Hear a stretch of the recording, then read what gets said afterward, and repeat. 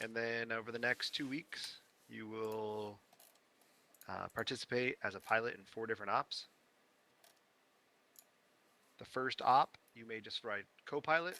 May have, since you're already RTO qualified, probably have you run the radios, get a feel for that, so you don't have to do both at the same time. Kind of see how we operate a little bit, and then you'll be flying probably most of the time after that.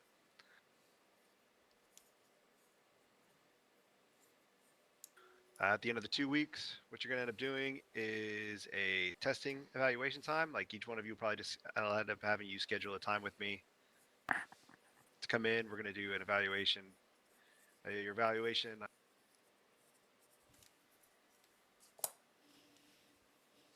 You cut out. Can you hear me? Yep. All right. Your evaluation will consist of in-air casualties, so auto rotation and anti-torque. For that, what you'll have to do is successfully put down without crashing. Okay. Without blowing up, you get 2 attempts. All right, for each one, you get 2 attempts at auto rotation and 2 attempts at anti-torque. The other part will be a obstacle course that you'll fly to just demonstrate. Fuck that helicopter. I don't know why I was still making noise. It's so dumb. It's like a little flight course, right, to demonstrate your ability to maintain control of your aircraft. And then the final one will just be a final culmination of everything that you've been taught or been shown over the last couple of days or the previous 2 weeks, and you'll fly like little mini ops. It'll just be essentially, it would be exactly what's expected of you while you're in an op. So you'd be given a 5-line. You would fly. You would have to generate your route based on intel, right? Is there anti-aircraft in the area? Are they under fire? Are they whatever, right?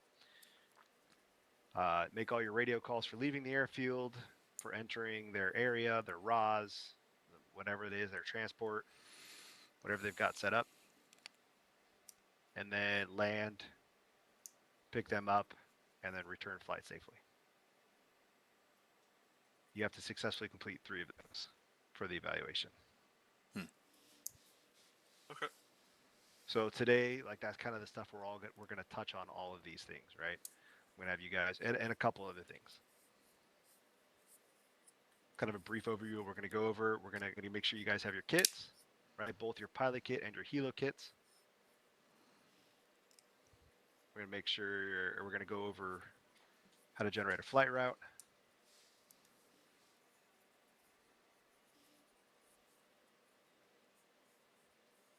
How to generate a flight route. And then we're going to go into how to handle the anti-torque auto rotation. I know I sent all of you guys the video, so I'm sure you've been practicing up. I'll just give a demonstration, live demonstration of exactly some ways to handle it. And then we're going to do some formation flying, go over formation flying, landings, and then have you guys fly some formation routes, do some group landings of the flight routes you guys created earlier in the training.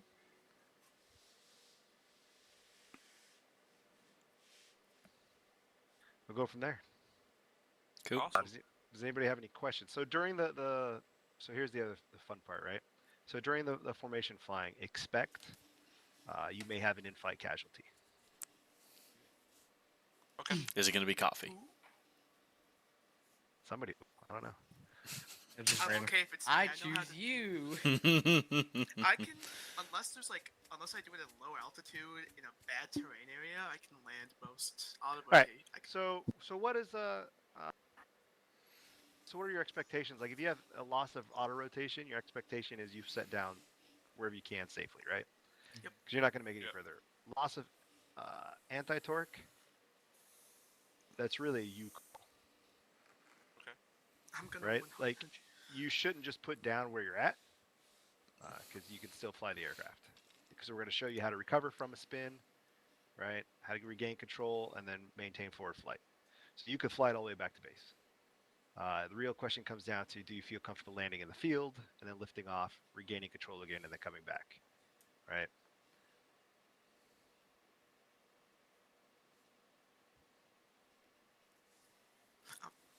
I ever lose anti-torque, I'm coming back to base 10 times out of 10. Unless I'm crashing into a side of the wall. 'cause of Coffee. low altitude. Sorry. Bruh.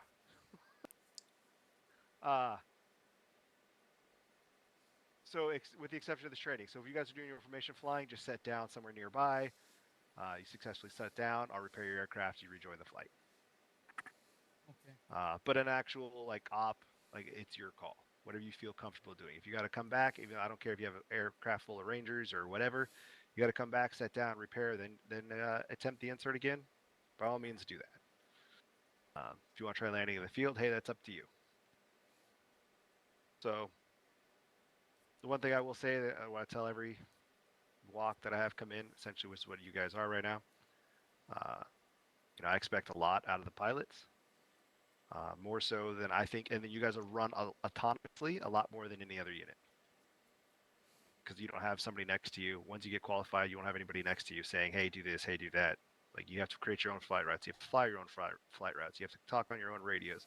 You have to make decisions, right? So a big part of this training and evaluation is decision-making skills, more so than it is piloting skills, right? As long as you can get to point A to point B safely and land, that's a pass for this level of flight. Beyond that, it's decision making, right? Knowing your limits and flying within them, and then adjusting to situations around you. See if we have any questions. All right. I thought I saw Mighty logging on, but I'll team in. Yeah, I saw his name pop up, but Why did Yeah. it crash, maybe? Yeah, maybe. All right. What was that you cut out? No, I was just all right. Oh. So the next thing we're gonna Okay. Cut out again, dude, I don't know. My mic is so jacked up right now. I've got to get a new mic. But so let's walk over to one of these birds over here, and I'll show you guys how to get your kits. So right now you got to walk to the tail. The only way, really the best way to see the inventory of each bird. For at least for the hatchets. So you can see here, this is the generic loadout that it rolls out with. So that's not the loadout you want. So if you go ahead and mouse wheel, I'm going to load the inventory.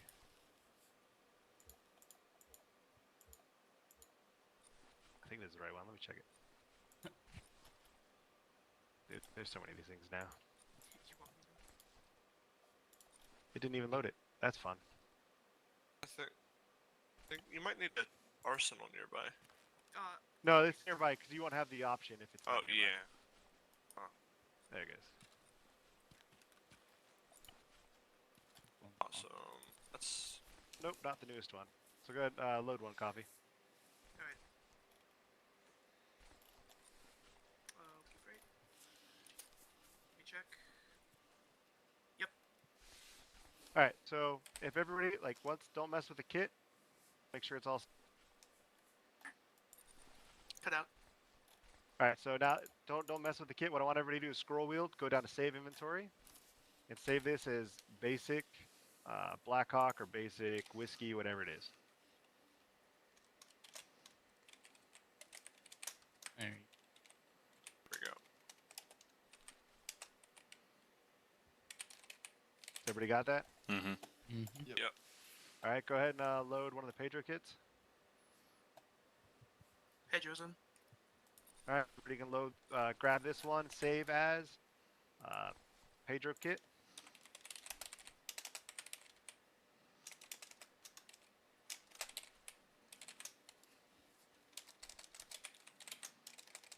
Let me know once you got it.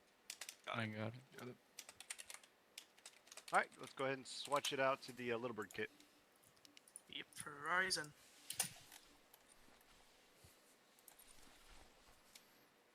All right. And again, everybody can go ahead and change this out to the Fry, Little Bird, whatever you want to call it.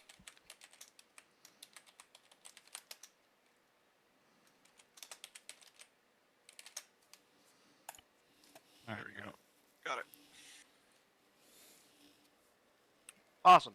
So if nobody preloads these for you, right now on this map, except for the Chinooks, The Chinook and So if whiskers. you bring one over here to the combat side, then you can load up, obviously, because we're standing on the combat side, and we can hit it. Their armory has to be within. Right out. So. All right. Next part we're going to talk about is generating flight routes. So, I don't know if any of you have really seen our flight routes. I'm sure a lot of you have. Like, we just draw lines all over the place, right? Mm-hmm. Yeah. Seemingly at random.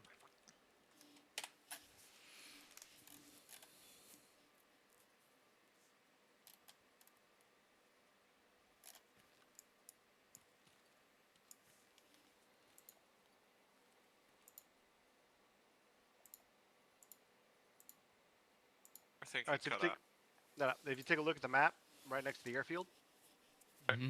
you'll see the 3 lines there. Right? See a Yeah. green, the Mhm. yellow, and the red line? Yes. Mhm. Anybody want to take a stab at what they mean?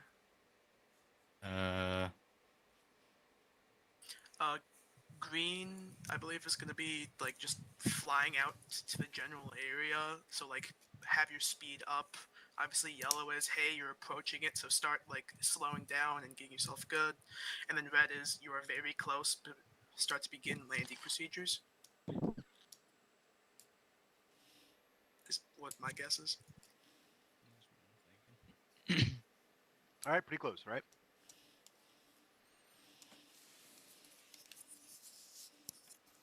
Green is yes. Sorry. Green is fly, whatever you need to. It's open.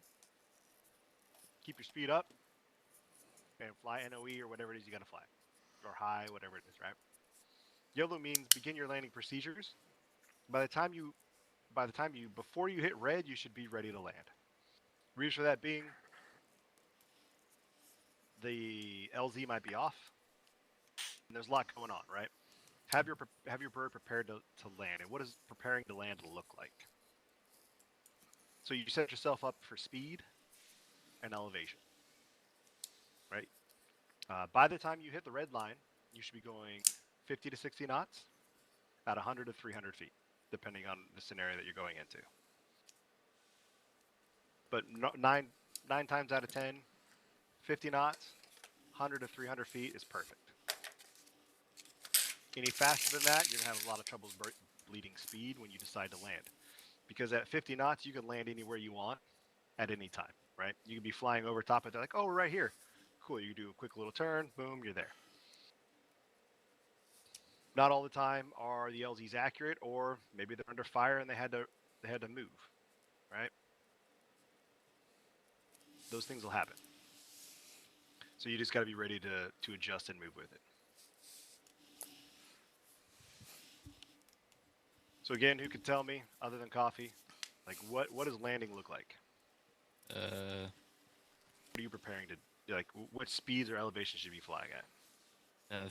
50 to 60 at 100, or 120, like you said. Right, 50 to 60 knots at flying 100 to 300 feet. Oh, 100 to 300. So that's the other thing you guys should do right now. Go ahead and escape. You're gonna go to game. Oh, sorry. Add-on options. That's the one you want. The A3 Ti.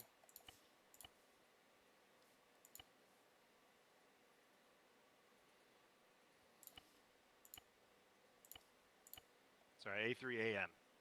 You're gonna go into there, and it's change your flight characteristics to everything's gonna be in feet and knots.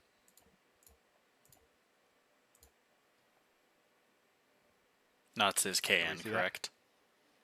Yes, Kilo November. You got it. Because those are the terms we use when we're Yeah. flying.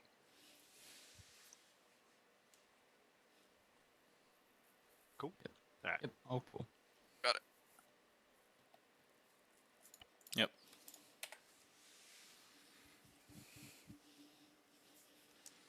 So what are some things you should consider when going into an LZ?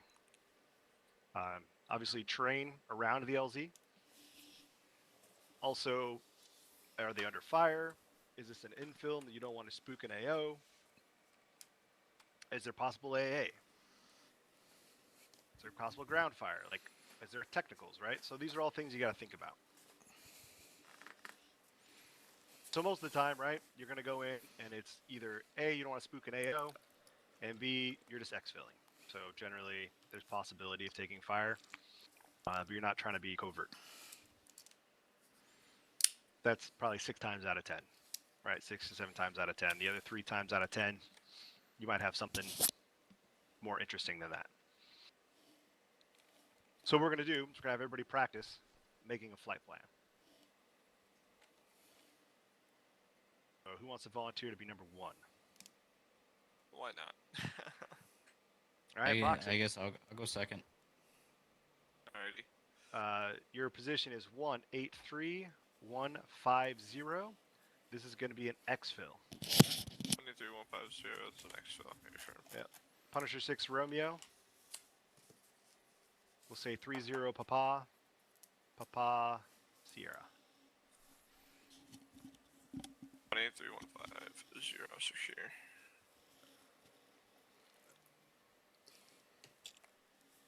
Green, so I see it better. So that's where he wants me to land. For 10 Papa, so I'd probably end up taking a whiskey. I said 30. Oh, 30? Yep. So what you 30. should always do when you receive a 5 line. Boxing.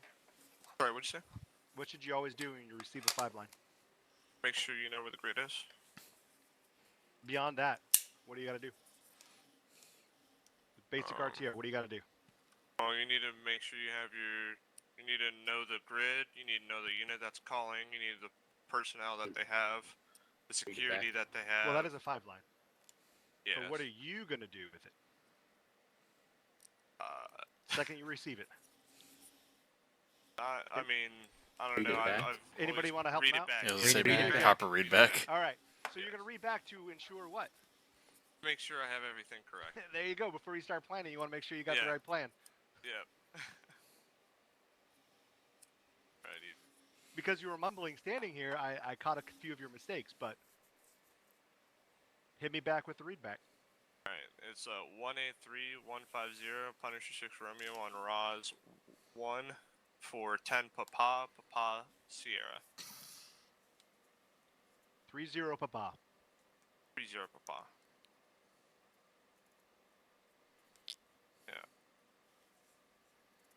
All right. Who said they were going to go next? Bosco. All right, Bosco, here you go. Mhm. 100. I wish I could read my own writing. 165. Noble Actual on Roz 2. Roger. 35 Papa. Charlie Sierra.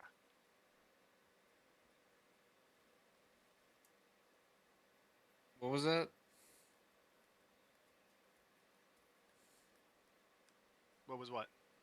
The 5 line. I couldn't hear you for a little bit of it. Did anyone else hear that? It's because Chance's map is in front of you. Look aside a little bit. 100165. Noble 6 Romeo on Roz 2. 35 Papa. Charlie Sierra.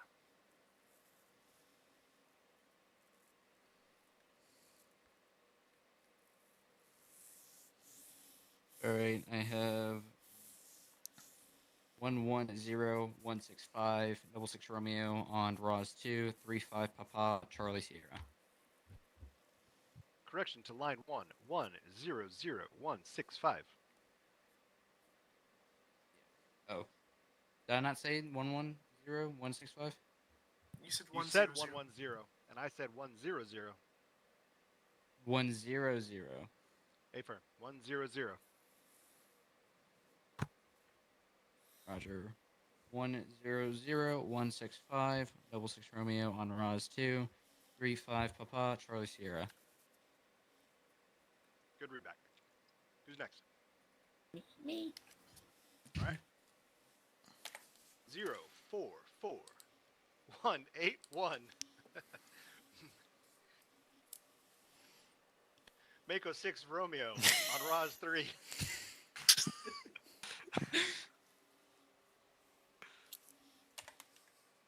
8 Papa. Yeah. And it'll be Papa Victor. 044181. Make a 6 Romeo on Ross 3. 8 Papa. Papa Victor. Good read back. I guess I'll go. All right. 047105. Punisher 6 Romeo on Roz 1. 40 Papa. Charlie Sierra. 047105. Punisher 6 Romeo on Roz 1. 40 Papa. Charlie Sierra. Good call. I'll go next. All right. 090106.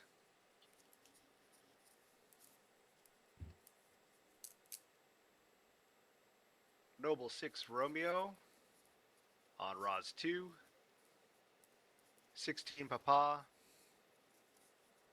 Charlie Victor. 090 break 106 Noble 6 Romeo on Roz 2 16 Papa Charlie Victor. Good read back. Let me make sure that was the right one.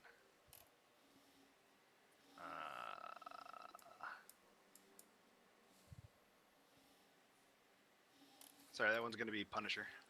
Punisher. Copy.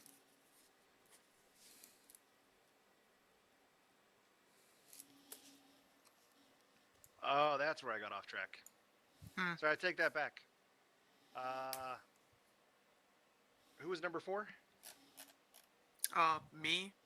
I'm guessing What- the 047105 grid. 0471. Yeah, the one outside the town of Yeah, so Lubdiva. yours is actually going to be. Mako 6. Good copy, Mighty. What's up? So yours is actually Outlaw. I wasn't looking at my map. I was just looking at the coordinates I had written down on my paper. So instead of Make a 6 Romeo, it's Outlaw? Yep. Okay. Still on Ross 3? No, it'll just be on command net. Air Okay. command. So basically, you'll be calling in a landing at the airfield up there for the whole flight. Oh. So the 090106, who I just gave out, that is Noble. So that's Noble on Roz 2. Right? Uh, Oh, sorry. I was AFK for a sec. What's up? Well, Boxing, you were number 1, right? Yeah, I was number 1. and I was number 2. Yep. And then who had 090106? That was me. Nevis? Yeah. All right. So that one is Noble 6 Romeo, right? I had Noble. You told me no, but they told me Punisher. Yeah, no, we're doing all of them twice, essentially. Oh, okay.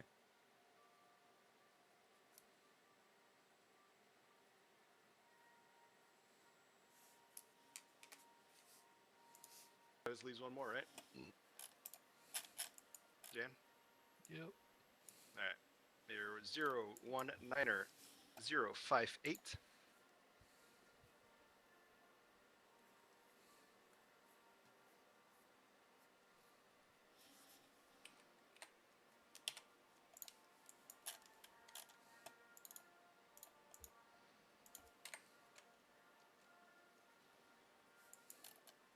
You cut out after the grids. Yeah, so that one's Noble 6 Romeo. Fuck it. We'll just Punisher. Punisher 6 Romeo. On Roz 1. 30 Papa. Charlie Victor. Copy 019er, attack 058, Punisher, 6 Romeo and Roz 1, 30 Papa, Charlie Victor. Good readback.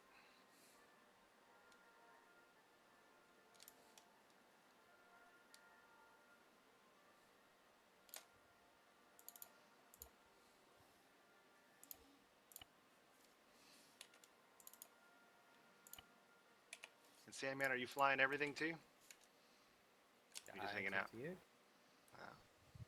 Actually, yeah, you can fly everything too. Be part of the flight.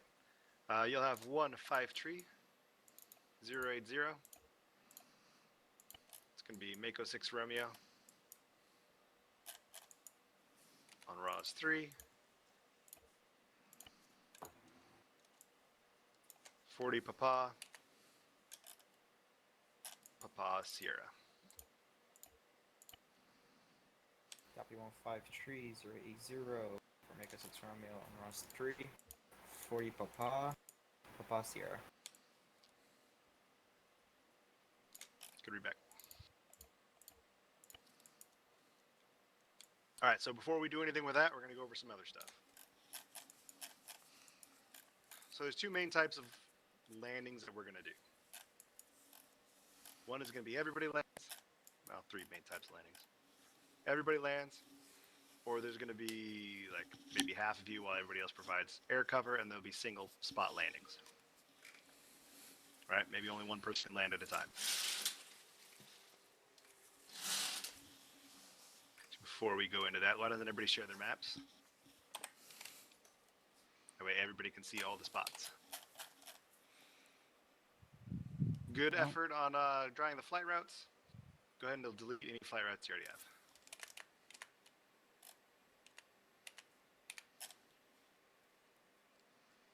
So when you put yours down, go ahead and label it number 1.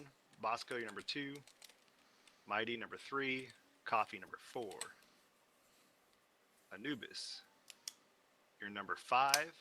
Jan, your number 5 Alpha. And Sandman, your number 6. Just to clarify, I'm just flying to the northern airfield.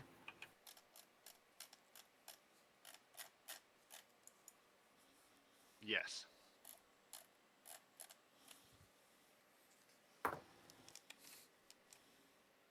Okay. So don't make any with your number, and then share your map.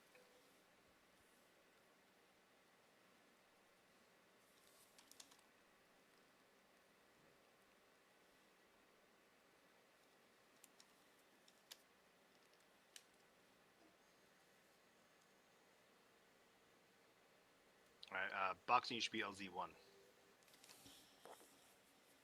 Looks like a 7. And then just waiting on LZ5. Got 5 Alpha. Oh, sorry. I forgot I had to reshare it.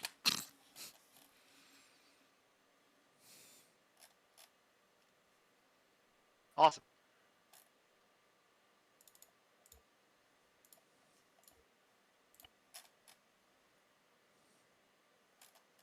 All right, so here's what I want you to do. Everyone's going to take... I lost Roz 1 again. LZ1. If you guys move or like LZs, you usually have to reshare. Jack everything up. All right. So what you're going to do, LZ1, you're going to draw a flight route from base to your LZ along the best possible. LZ2, you're going to draw from LZ1 to LZ2, flying underneath the hilltops. So you want to pick a route that's going to keep you lower than the hills around you. Roger. LZ3, you're building from 2. 4, you're going from 3. 5 and 5 Alpha, you're both building from 4. But for 5, your recommended approach is from the south. South, got it. And then 6, you're going to build one from 5 and 5 Alpha.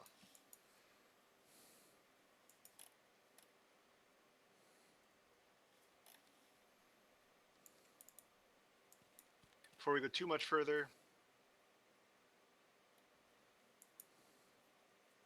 Bosco, can you read back your position to me again?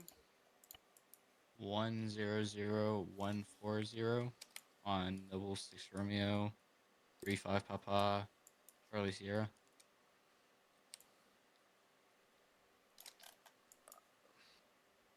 Should be 100165. 165.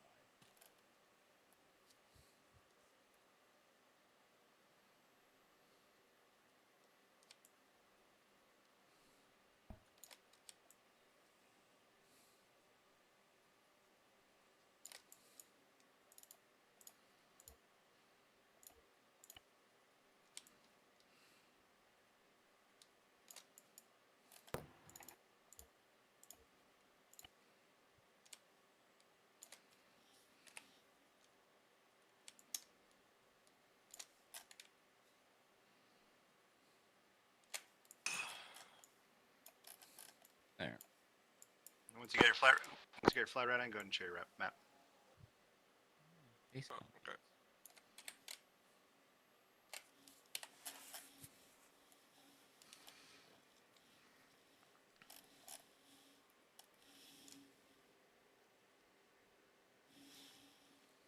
Whoa.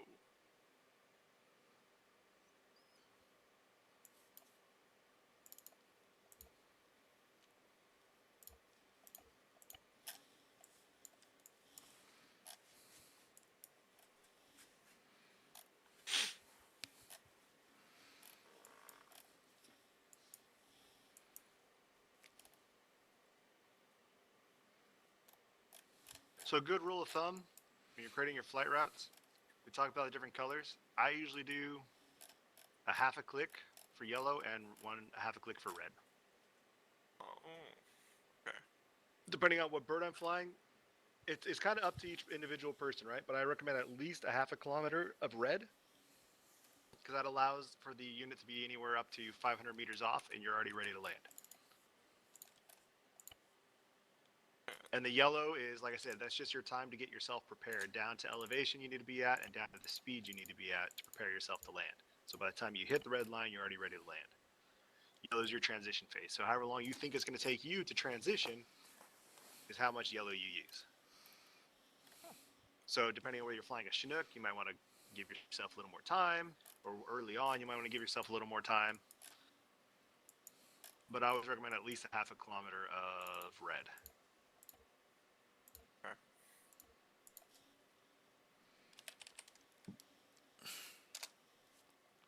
Like that. Then.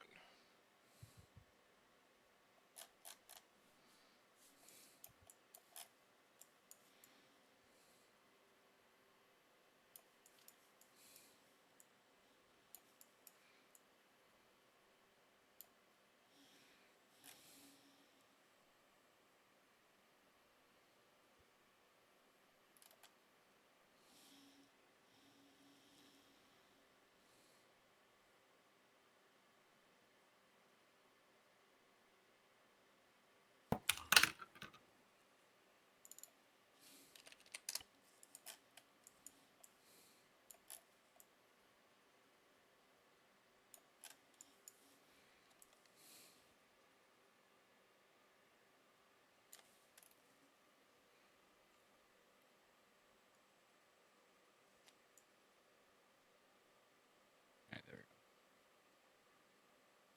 Awesome. All right. So again, we're talking about landings. Whole group landings, right? You're all going to want to come in together. Lead's going to tell everybody else kind of where they're going to set down. So a lot of time, lead is going to have to make that decision of whether everybody's setting down, only a few of you are setting down, everybody goes to the overhead, or you go further back somewhere and go into holding pattern while you wait for them to clear out, whatever it is, right? For most of these, I'm just going to tell you what it's going to be as you make your approach. But then there are also scenarios where we do one bird down at a time, right? Because there's not a lot of room. So with that, it's pretty basic how it goes. I'm sure all of you guys have experienced, or most of you experienced, the 30-second, the bird's only on the ground for 30 seconds. Yeah. Mm-hmm. Right? So the way that would go is if we all line up over here, everybody just get in a single file line by me. Let's demonstrate this real quick. Sandman, if you want to take the last spot. Here, just yeah. There you go. All right, so we're flying in, right? We're gonna land over by this in front of the what do you want to call this thing? Razor. The Razor. There you go. So we're calling in. I've already called in. We got permission to land. So all the entire flight's gonna fly over, and the last bird's actually gonna land on it. Lead's gonna say turning to the left, orbiting to the left, right? So I'm gonna start doing this. Last bird in is gonna be the one that actually touches down. Everybody else starts in orbit. Once he hits the deck, he's gonna say On deck. Count. on the deck, and at that point, the 30-second window starts. Right? And then he's gonna say it about 20 seconds left. And he's gonna say 10 seconds left. Once he says 10 seconds left, you guys continue on your route. I'm gonna go in to land and pick up the next group. So that way, as he takes off, somebody else is landing behind him. You guys keep doing the orbit. On the deck.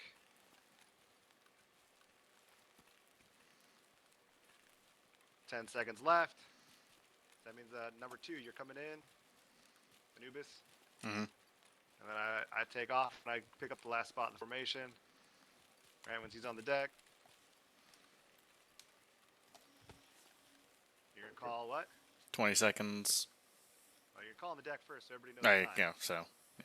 3 on deck. So 20 seconds, that's about when you guys should start heading in. So next person in line. Just going to step out. You're going to start heading in. Yep, everybody else is going to keep going around. He pulls out, you pull in. On deck. Good call. We're not really going to wait 30 seconds, so 20 seconds out.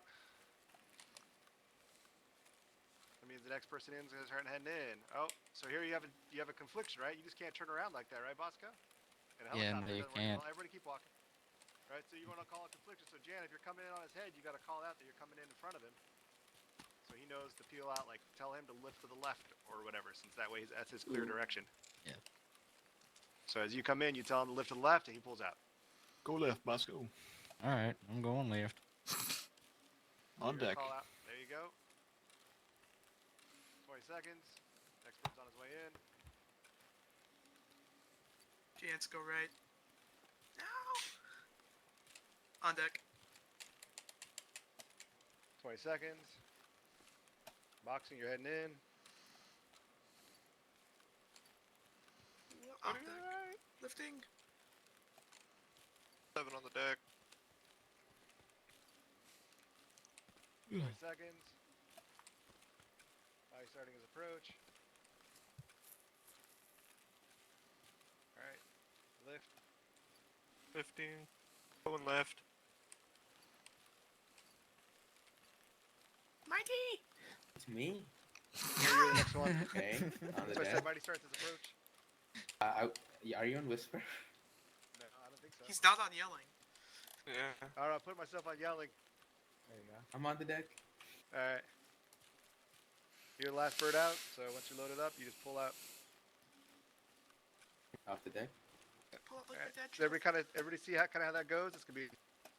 I like doing this on the ground because it gets a little confusing when you're in the air. You see how it's a little Yes. confusing on the ground. I Mm-hmm. feel like I was in daycare again. That's what I was thinking. All right, everyone, take your seat on your carpet. All right, but sometimes you gotta walk before you can fly.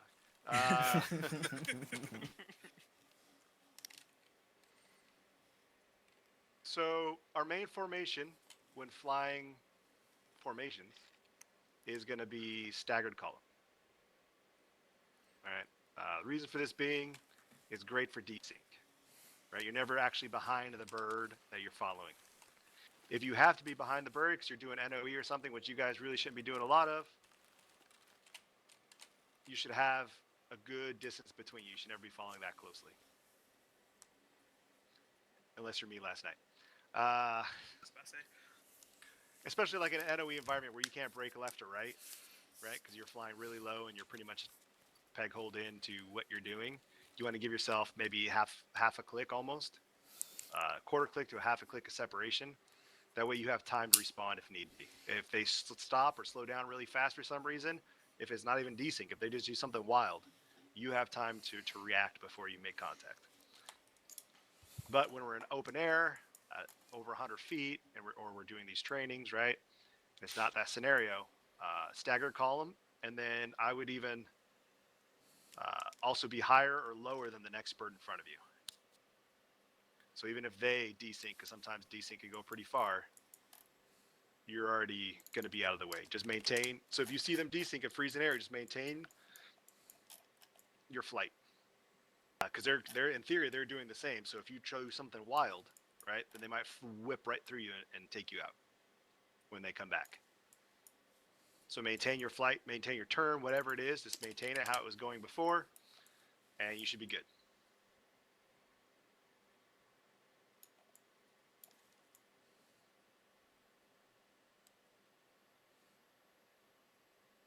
All right. So before we go too much further than that, actually getting to helicopters, anti-torque, auto rotation. We're going to do some demonstrations on how that happens.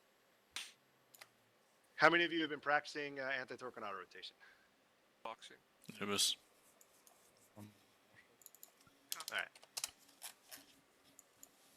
How many of you are comfortable? Think you're comfortable doing it? Boxing. Oscar. 50-50. Great Mighty. All right. So let's go ahead and get a half of you to. Actually, no, you're all going to have to jump into one aircraft. Everybody jump into this one right here with Sandman. You're going to fly. Okay.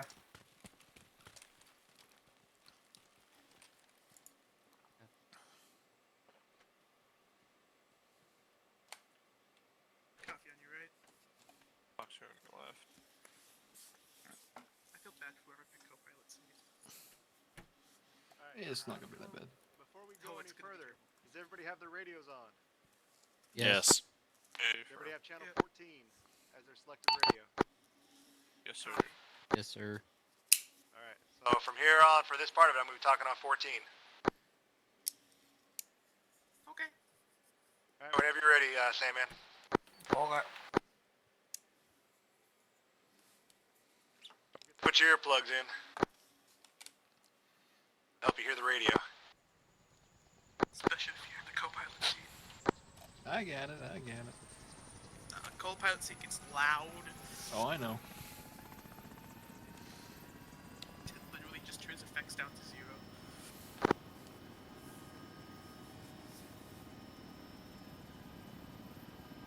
Which one first? Ah, that one. Okay. That's backlash. Whee! Alright, so what he's going to do here, he's going to gain some altitude. He's going to put power to it to give himself some room to work.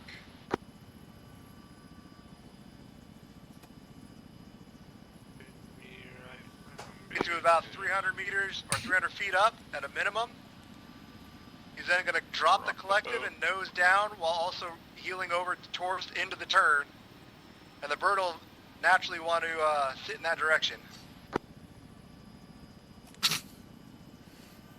Oh, there we go. Oh, Catch it. Fuck, Nope. he'll Almost caught it.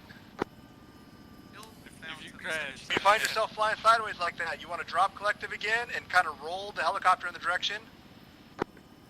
Flying sideways. Yep.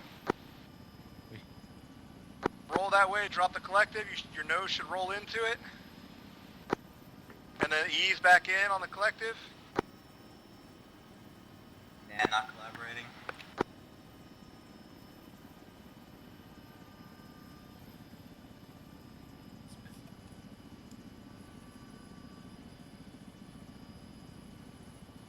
Feel that like lag right as you're spinning. Right before you hit that lag point, you drop your collective completely and just nose in, nose down and into the turn, and you should catch yourself just like you did.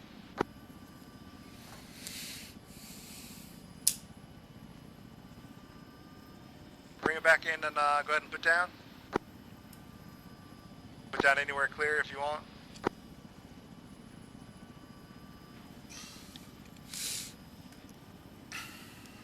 airfield stick clicks on it, right? Now off nose. Main things to think about when you're making your final approach, right? You want to maintain speed, because as you saw, low speeds, high torque, you're going to start spinning. torque and or higher speeds, you're not going to spin. Why does that happen? Because the bird, the friction along the outside of the hull keeps you flying straight. It's the aerodynamics of the aircraft. That's how it's designed to fly. But once you lose speed and add torque, you lose that ability. Start spinning. So you want to come in, maintain just over half throttle once you start getting close. So you have something to work with. But you never want to get if you get below 60 knots, you're going to start to spin. You have a lot of throttle on. So you're going to have a slow rotation a lot of times. Sometimes you can catch it and just do one half rotation. You're going to just bring it in slow. Not ideal, but he'll get it down, I'm sure. You kind of nose into it a little bit. If you get those front wheels down first, you usually be all right. Bam. Right. Let's go say that. Woot, All right, woot. go ahead and lift.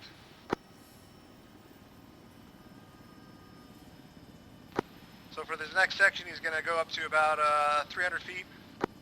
Just start flying straight and level somewhere.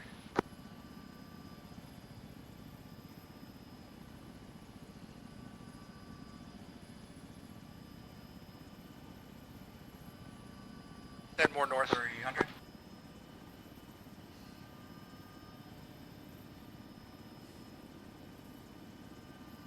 Oh no, he suddenly lost fuel. Therefore What is- lost lift, so he's gonna level out. You don't want to go too far above 7 degrees, because then you start losing rotor speed, because Arma's weird. You can, but every time you do, you're gonna lose some more rotor speed. You're gonna start falling out of the sky at about Oh, God. 30 feet. Oh no. Oh, oh, oh, Collective. oh. It's gonna hurt.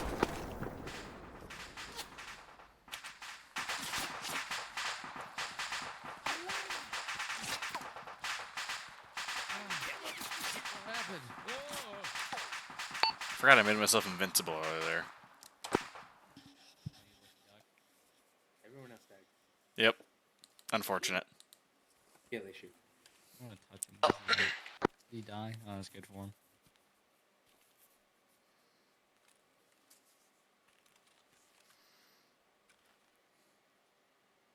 Everybody go ahead and grab your kits again and head on over. I'm gonna go up here for like 30 seconds. I'll be right back.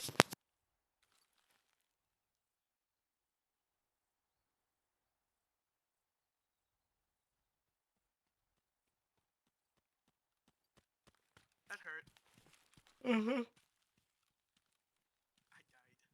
So you see, probably what happened there, he was nose up for quite a bit at the beginning of that. And as I was saying, like the more time you spend past about 5 to 7 degrees, the more rotor speed you lose because Arma. Hurt. So you want to kind of level off and let your speed maybe 3 to 5 degrees nose up, but no further than 5 is usually my rule until you're ready to land. You'll still have some forward momentum. That's fine, right? And then what you want to do is at your final flare out, about 30 feet off the deck, 30 to 40 feet off the deck, you're gonna pull full collective up and nose up. And that way, that'll be your final flare, and then then level out and set down.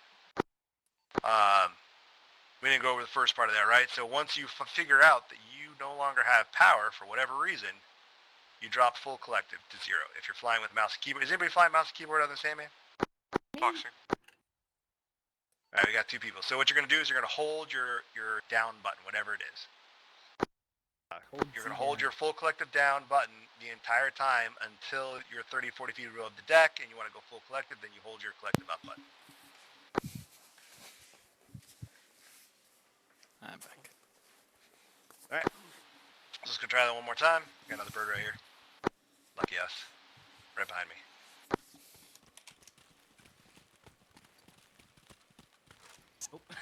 Asshole.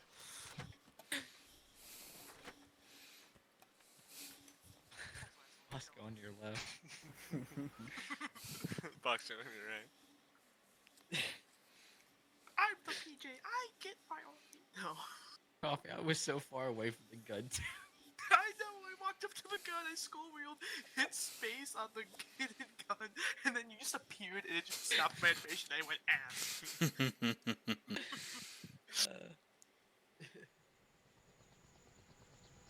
But hey, at least I'll be able to get to the right next to Anubis. Don't touch me.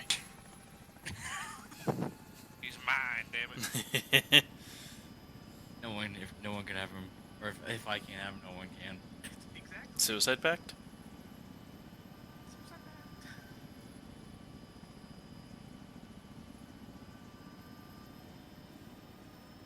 You're under.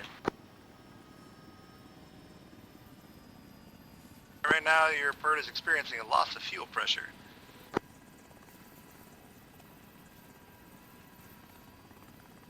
Pretty high up angle. That's not good. Yeah, right now. By the time we set it down without exploding, this is a good deal.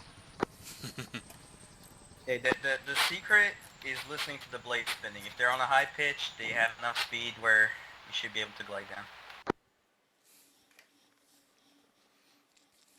Is it, everybody kind of basically what's kind of you got fuel again.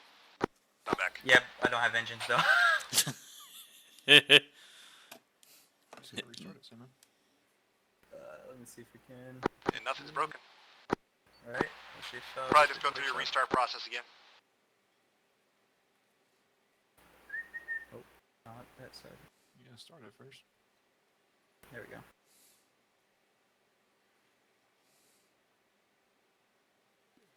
You have your AP on. Boxing, I'll turn this Okay, helicopter around. so There we go. what was I gonna say? Oh yeah. So as you're going through your casualty, other than you got a lot going on, right? You got to find a place to land. What else do you got to do? You also have to notify Outlaw that you have an in-flight casualty, especially if it's a loss of auto rotation. You should be calling in to Outlaw with something that goes like Mayday, Mayday, Mayday. Outlaw X-ray. This is Whiskey 5-6. Loss of auto rotation, going down in position. Blah blah blah blah blah. You can get anything else out, like people on board. Awesome. Where are you going to find your position? It's always on your C-tab. So if you're flying with your C-tab open, it'll be at the bottom of your C-tab, easy to find.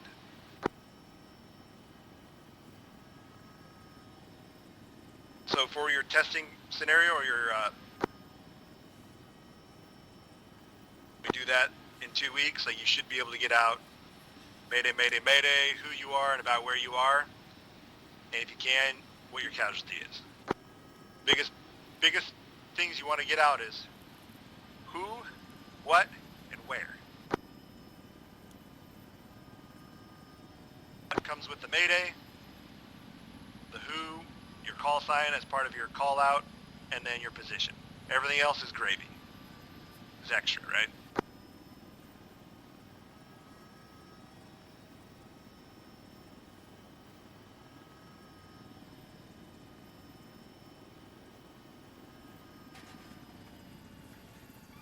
Uh-oh. I think somebody over-torqued. Alex Ray, Mayday, this is Whiskey 3-1. Suffering loss of engine 1. Currently going down at grid 166042. Reference north of the runway. How copy? Roger. Whiskey 2-1, have you going down. Position 166102, north of the runway. 7 packs.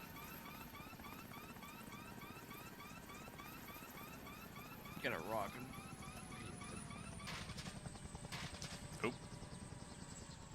Bounce it. So as you're flying forward, even if you have a loss of engine, right, remember it's just like any other airplane, where if you have forward momentum, you have more air going over your wing, which is while your blades are just little wings, and that's going to provide you with lift, which is why auto rotation works.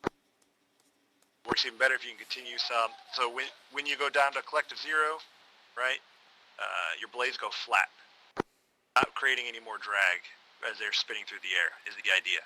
So they have stored potential energy. Because when you actually move your collective up and down, right, or your throttle as some people call it, you're not actually changing the speed of your blade at all, you're just changing the pitch of the blade.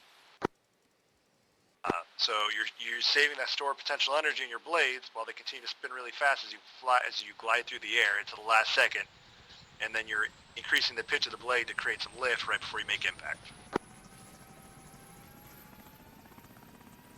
Spending everything else that's in those blades, all potential energy left. Do you have any questions about that process? So as Sandman just demonstrated right there, that's what's going to be expected, both for your loss of tail rotor and loss of anti-torque.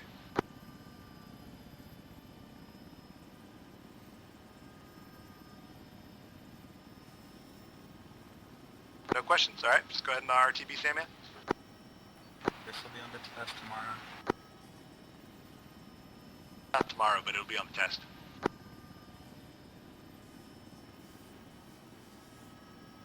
Go ahead and put down at the end of the runway. Okay. I do have a question, but not about that. Okay, hit me. What's the call out for loss of tail rotor? Would you still call Mayday even if you still have control of your flight and you're able to RTB? Yes, because you still have an in-air casualty. You're just going to let us know that you have an in-air casualty, right? And then you're going to tell us what it is. And that you are going to you're going to attempt to, return to RTB, right? Continue mission and then RTB, whatever your intentions are.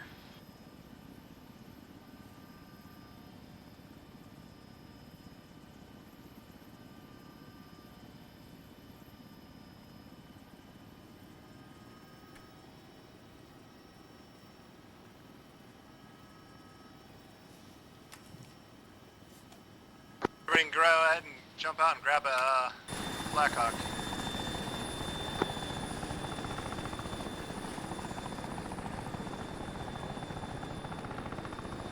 You mother. Nope, Mighty got it. Alright, I thought it was on this one.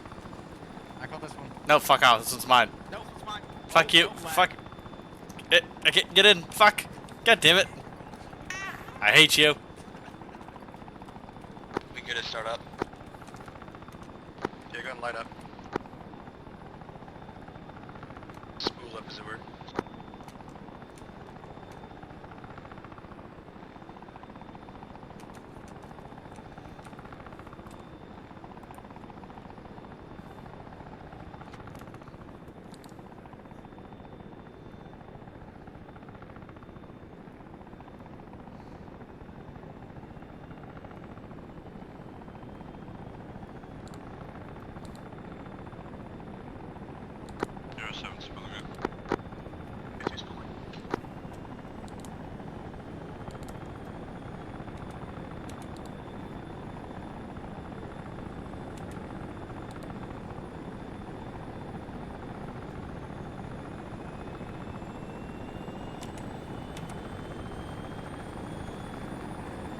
Zero 05 is pulling up.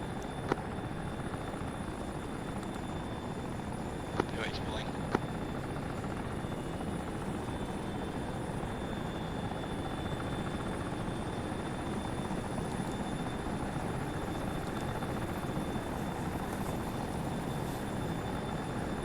Alright, for this I'll be 1, Anubis your 2, Boxing 3, Bosco 4, Coffee 5, Krishna 6, Jan 7, Sandman 8.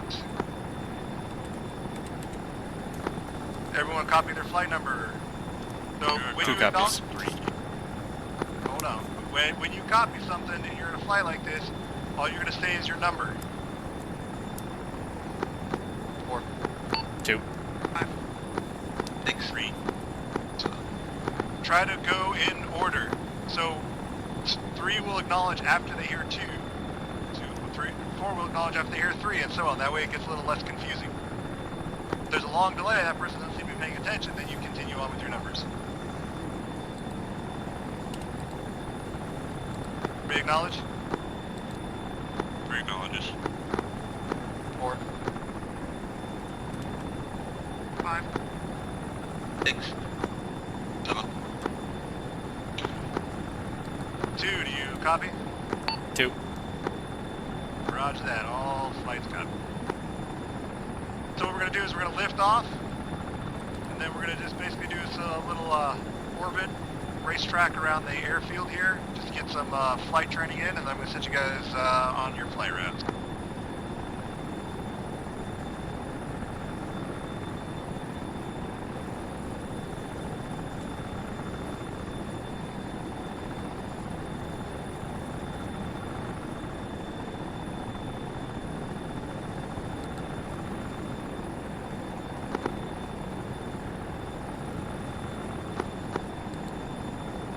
Hello, X-ray, Whiskey 56, flight 8. Go away, 56, flight 8. Roger, Whiskey 56, flight 8, requesting departure to the north on active 00 for training flight. Copy 56, flight 8, you're clear departure to the north on active 00, runway 0 to the traffic. Roger, Whiskey flight 8, geared up and out to the north, no other traffic this time, 56. 1 lifting. 2 lifting. 3 lifting.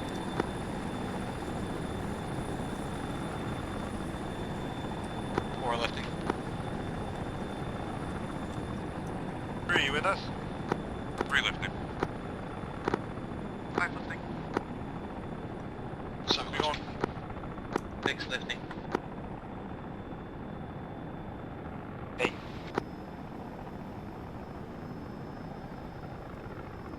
7, you lift us? 7 lifted.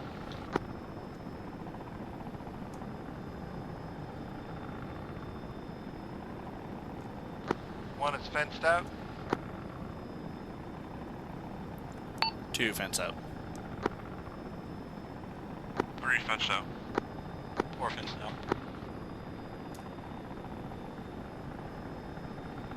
5 fenced out. 1 rolling left. 2 rolling left. Again, you're just gonna say your number, not any of the rest of it. 3. 4. 5.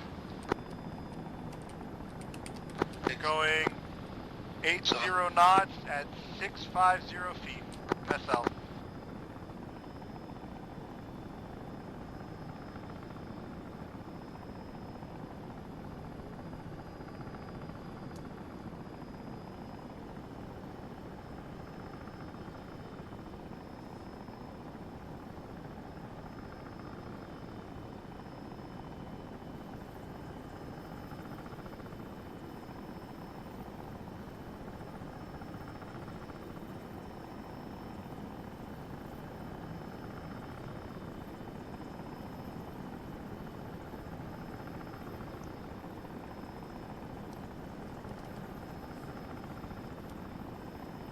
Remember, you want to stagger.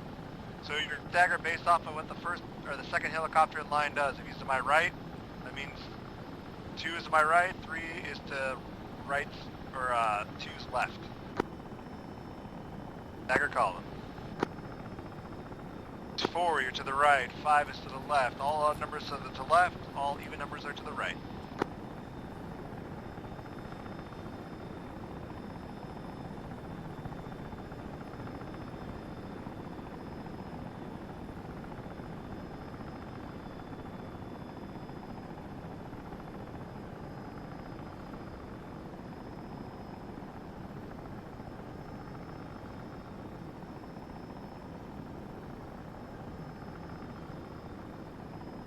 One is picking up speed, 100 knots, 600 MSL. 2. 3. 4. 5. 6. 7. 8.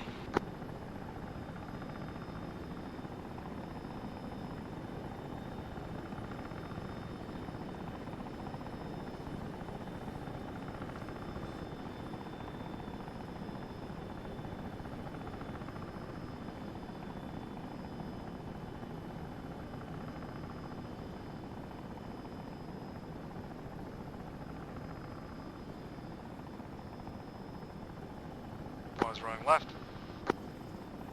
2. 3. 4. 5. 6. 7.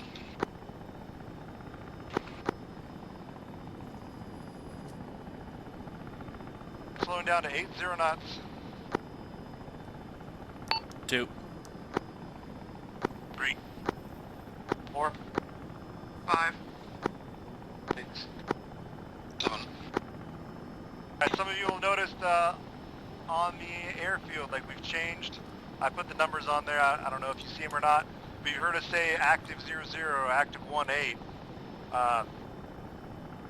Anybody who's not currently a pilot know what that means? 4 does. 2 Go ahead, does. 4. The numbers correlate to the bearing that the runway directions are facing. For example, 08 faces bearing 08, 14 or whatever faces bearing 14. It faces, what do you mean by it faces? It's in the direction of, or so whatever bearing that is, it is in that bearing. So, yes and no, right? Because that could be construed differently on depending on where you are. Where do you consider facing? Is it coming in or going out? Facing to the north, coming in and out. And out? Okay, so what the bearing means, because this runway right here is both 00 and 18. That means it is both, right? So the number of the direction, or the number of the runway, is determined by the direction of your heading when you are using that runway. If you're taking off on active 00, your compass bearing is at 0. It could be the same runway, but if you're taking off to the south, then it's active 18. So it denotes what your heading is when you're using it. If you're coming in for a landing or taking off. So if I'm coming in from a landing from the north, it's not active 00, it's active 18, because that's my compass bearing as I'm making my landing. Does that make sense? Compass bearing is 180. You're just dropping the last digit. Makes sense to everyone. 2. 5. 3, 4. 6. 5. 7. 2, do you have any questions about that? Negative. Hey, Ferb. If I were to make us, give us a landing, request for landing right now, what runway would we be going on to? 00. Because our heading would be 00. be 000. Yeah. Ella X-ray, Whiskey 56, flight of 8. Come left. Okay, flight of 8. 2. Request down, approaching from the south on active 00. Yeah, copy. Clearing from the south on active 00, no other active traffic warning. 4. 3.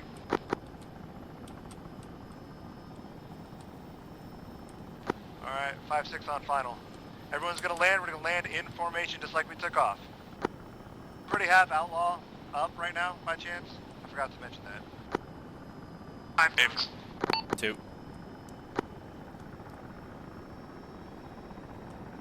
2 overshooting. 1 is down to 60 knots, maintaining for till 3/4 of the runway is done, then I'll slow down.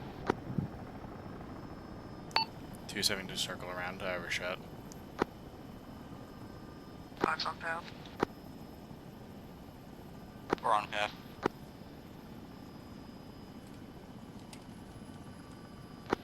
1 slowed up. 4 gonna have to do a orbit. 5's landing behind you. 1's on the deck. Land in of your numbers. It'll be hard because 3 people in front of me overshot. To me. 5 on deck. 2 on approach.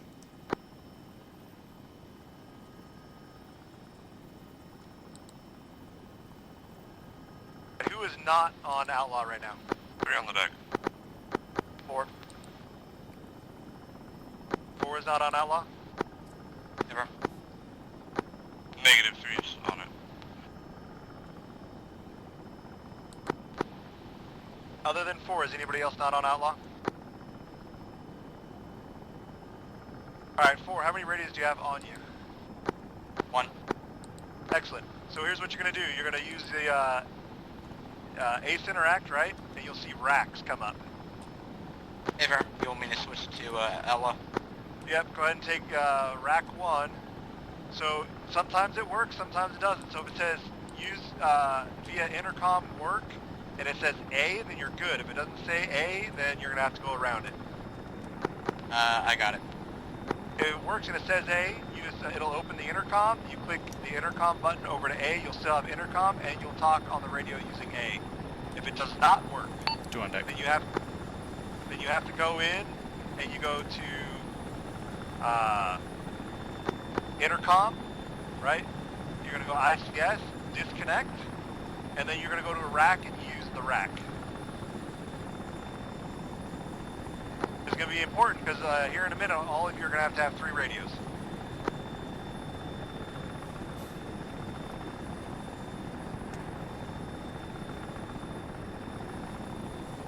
So you're going to need to use your bird's radio for your 3rd radio.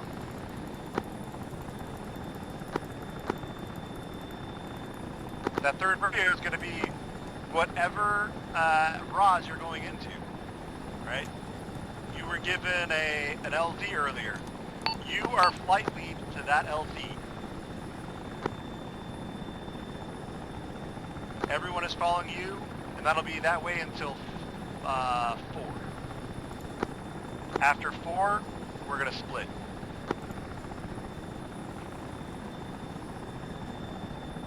Or make an approach.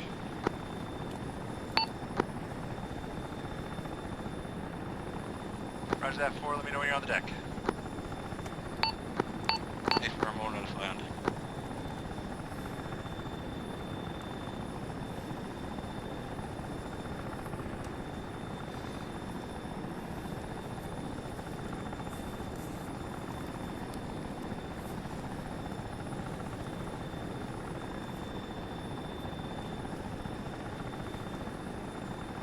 So he's going to be flight lead to the first LZ.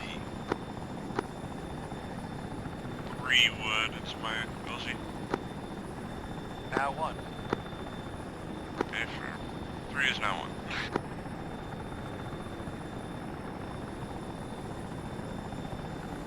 As you approach your LZ, I mean, you can take a look now on your map, but you're going to try to determine as best you can how many birds are going to be able to land there at a time or land nearby. You can make people run to you if you think all of you want to land at the same time. Ready for It's the easiest thing to do, right? So go ahead, let's just say you're all going to land on this one. You're just going to have to figure out where everybody's going to land. So you're going to say where you're going to land, and then everybody's going to land either, kind of give them a rough bearing of where they're going to land based off of your LZ. Or push down. Because that 4's on deck. Alright, so now your numbers are going to change.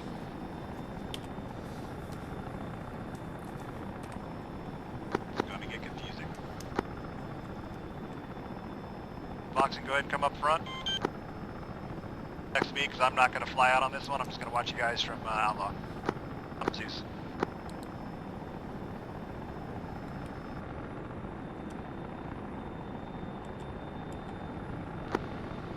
Coffee Go ahead and sit down, Boxing. So here's what I want everybody to do. Now you're all in a nice line. Here's what you're going to do. You're starting with Boxing. You're going to call out name and number. So you're going to say, Boxing is 1. Next person's going to be... Coffee 2. Chance 3. Ooh. Put it down. Osco's 2. Let's go as 4. 95. Oh, want out LZ numbers or So this is your flight order right now. Oh, Roger. Oscar. 95. 10 and 6. And it was 7. Alright. So, you guys lift out of here. You're going to stay in this formation. You're going to stay in this order all the way to LZ1. when you get down, right, the next LZ, Bosco's going to have to be 1. You leave. And then as you fall into line, just call out who you are and call out your number.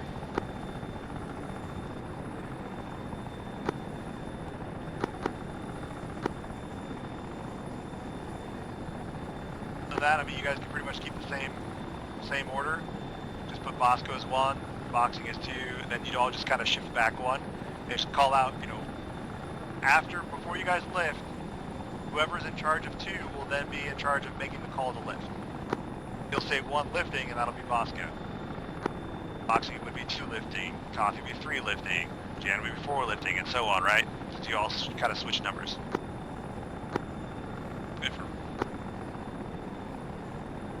Anybody have questions? Can you go over the rack system again? Yeah. I'm still very confused on that. Alright, so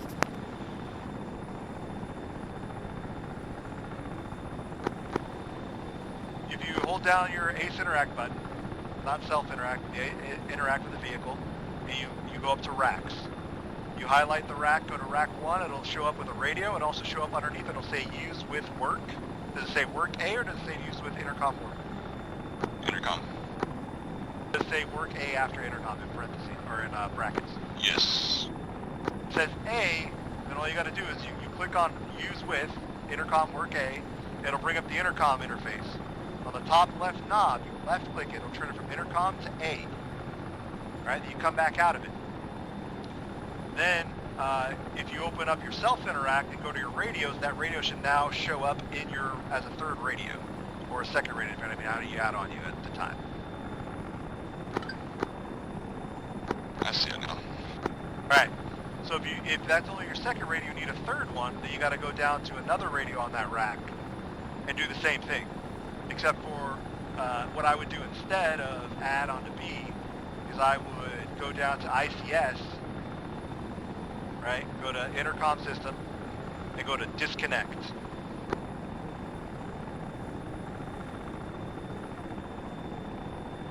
Then open your rack again, go to the 2nd radio and just click on use.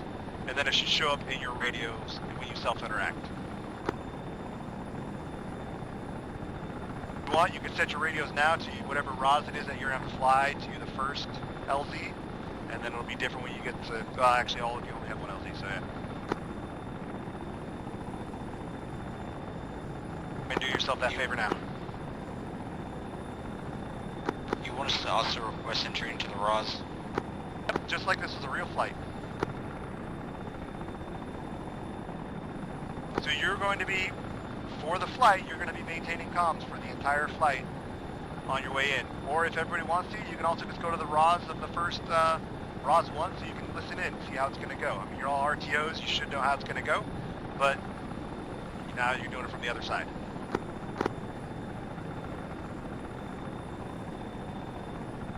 Once you're on the ground, then you can switch to the ROS 2, and so on and so forth. Everybody gets a chance to listen in what's going on. Any other questions? Were you good with that explanation? Good.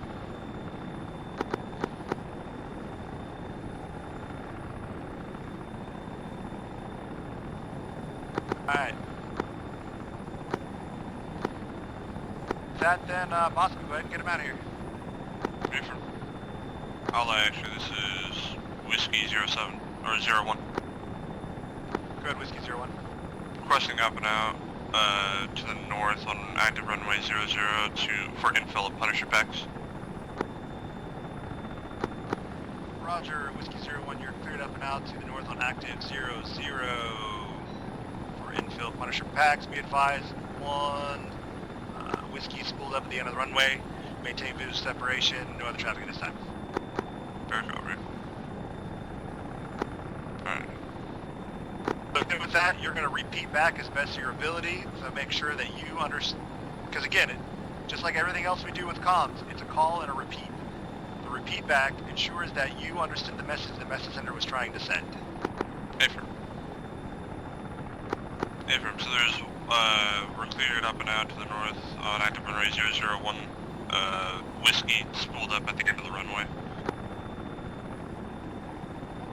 Good enough. All right. I know you're aware of the hazards and that you're clear to go in one direction, right? Perfect. Affirm. This is Whiskey 01, flight of 8. We're gonna be lifting off towards an active runway service. We're heading out north for infill of Punisher Bex. Gotcha. So on this channel, it's much less formal, right? This channel is just to inform everybody else what's going on. Like we're all, if we're in a bird, right, or we're flying or about to fly, we're all already on 7 anyways. So we're gonna hear that you requested outlaw to leave and that you got approval. So right now, all you gotta say is 1 lifting. Oh, Affirm, 1 lifting. Because everybody else knows what your intent is to do right now. And if you were taxing, then you call what taxiway you're on. But right now, we're not taxing. You go over 5-6. It's all just about information. Or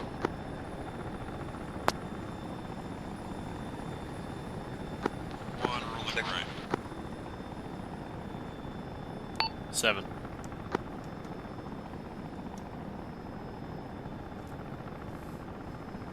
or 1 is at 505 MSL, 100 knots.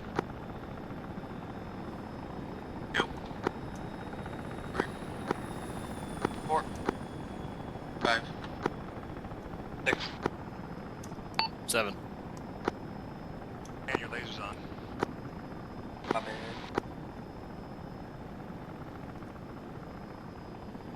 Mouse button or your attack fire button should turn it on.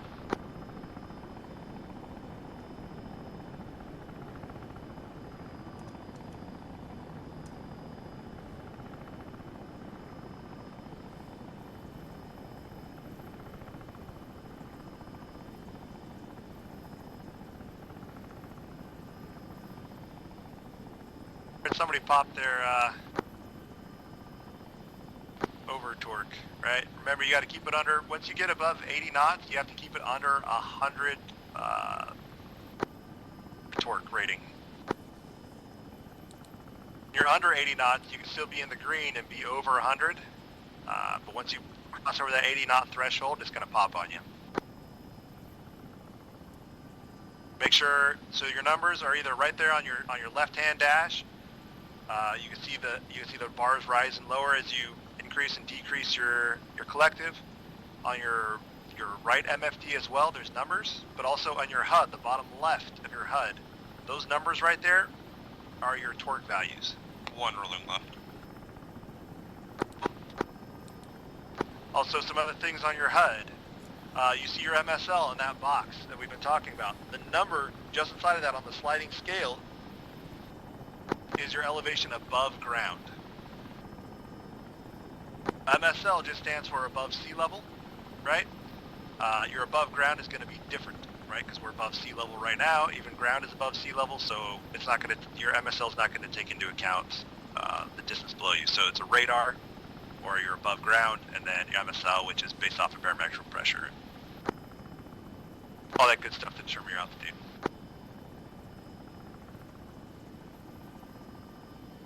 You see what I'm talking about? That sliding scale with a little arrow next to it?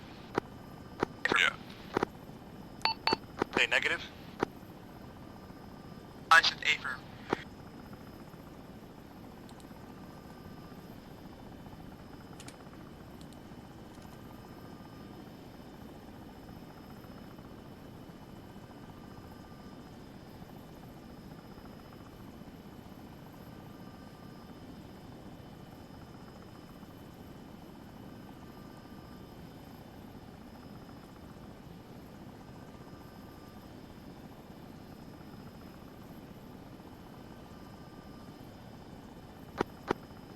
Right, Mr. Boxer. Go ahead. Called in on Roz. I'm not sure if you were on it, but... Roger, as outlaw, I'll try to get a hold of them. Affirm. 6 Romeo is outlaw X-ray on... 1, holding the right, we're gonna hold outside the Roz, we're gonna rolling right. 2. Punch 6 Romeo is outlaw X-ray on 5. air command. Go ahead. Roger. Seven. We've had our birds trying to contact you on Ros 1, and they're not getting any response. Sorry, I forgot to switch over radios. I'll take care of it now.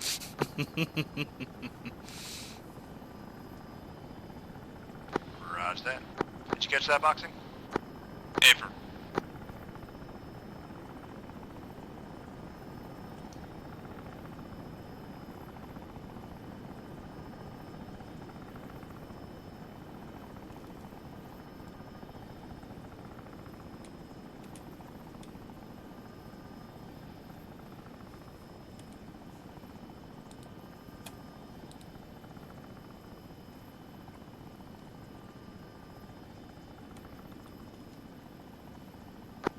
Oh, one going MSL 128.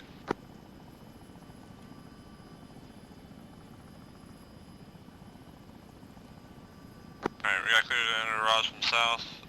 We're gonna wait for the Sierra.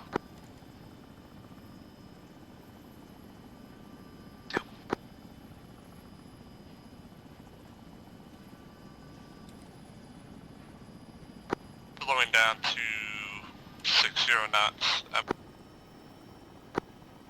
MSL 200.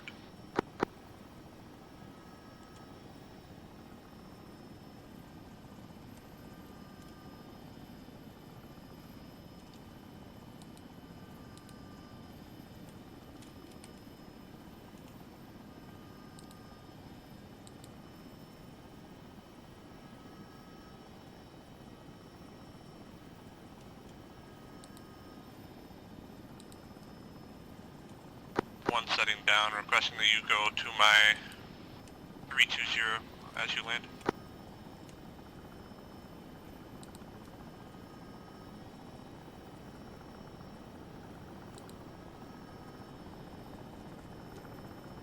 One on the deck.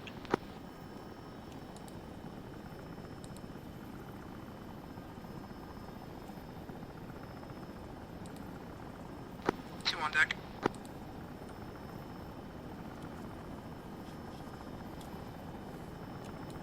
Four on deck.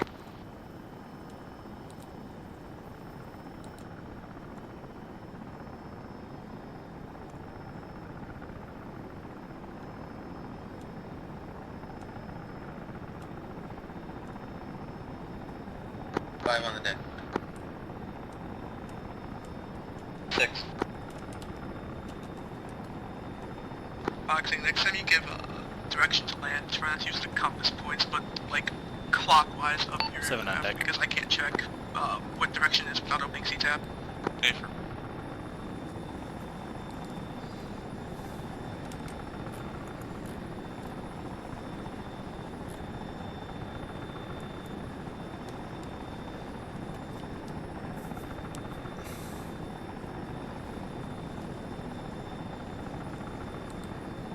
Yeah. Sorry. Maybe everybody can hear me on this one. I didn't think. So, you called in a little late. So usually for our trainings we say, does anybody know how long a smoke lasts? I believe it's 10 to 12 seconds. Anybody else got an answer? I thought it was like 45. It's like a minute to a minute and 10 seconds. You have a lot of time. The time it starts to the time the smoke all completely dissipates is about a minute to a minute and 10 seconds. So how long does it normally take for that thing to billow up? Like it takes almost 5 to 10 seconds for it to billow up enough that you can see it from the air. So you want to call early. Rule of thumb is, for when we're trying to come in fast, I say 2 clicks. So like this, maybe a click to a click and a half out, I would already be calling for smoke. Because you can always have them throw a second one, but that helps you identify early where it is you need to land, and you can make your corrections as early as possible.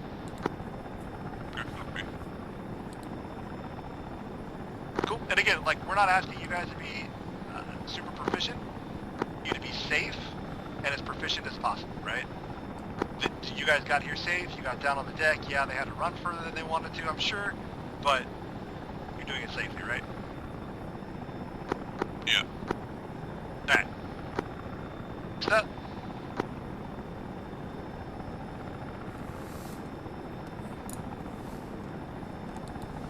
going to the next LZ, by the way. There's LZ 1 lifting. 2 lifting.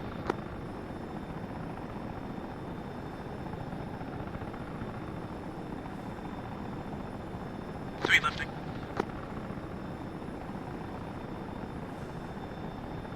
So when you first start out with these kind of things, you want to start going slow. You want to keep it around 40 knots while everybody gets in the air. That way they'll have time to get up and form upon you before you pick up speed. 4 lifting. 1 starting orbit around LZ1 until full stack reaches up. 5 lifting.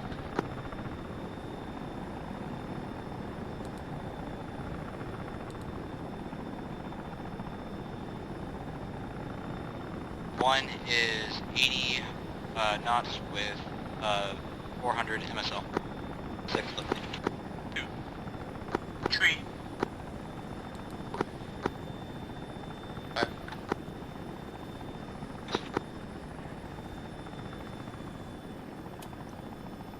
7 lifting.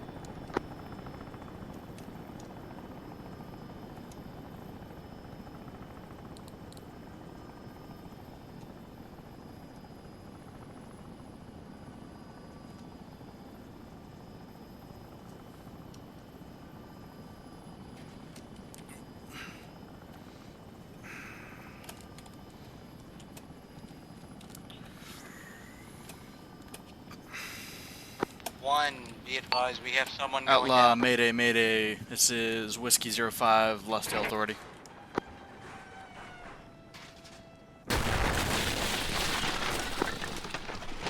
Carry on. Roger. 1 is out to flight line 2. Alright, so what happened, Newman? Lost Tail Authority, I tried to pitch it forward. When I tried to pitch forward, I started to roll, and I corrected the wrong 1 direction. is So what was the first thing I said that you 8, gotta do? 5 knots Climb, I at didn't climb. 200 MSL. Correct. Correction, Level, 300 MSL. Climb. That way you give yourself a buffer room, so if something like that happens, Tree. you have time to react. 4. There you go. Yeah, 8. I would recommend doing this fast startup and getting up there. Addy.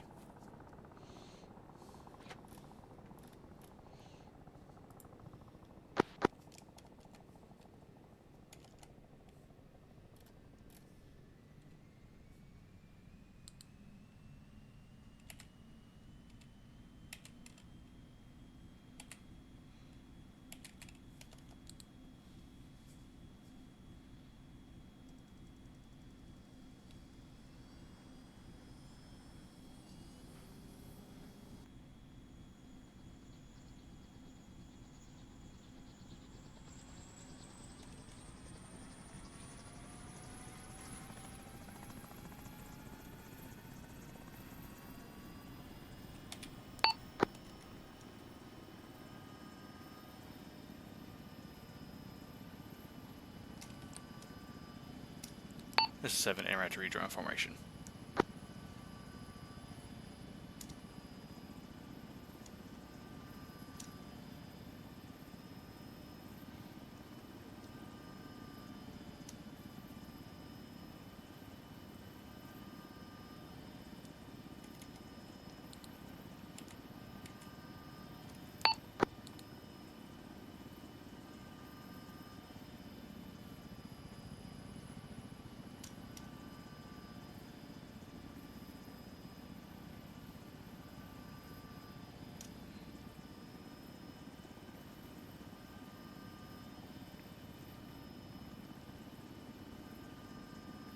All right, yeah, flight of 7. That's good. That's good. That sounds like a good number. All right, come on in.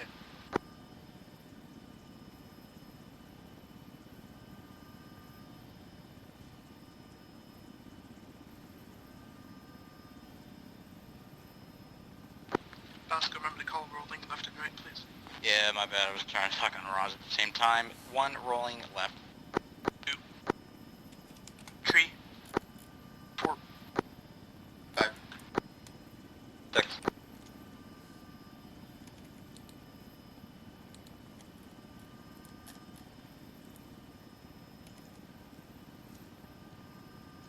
1 cutting back to to 70 knots at 400 MSL. 2, 3, 4.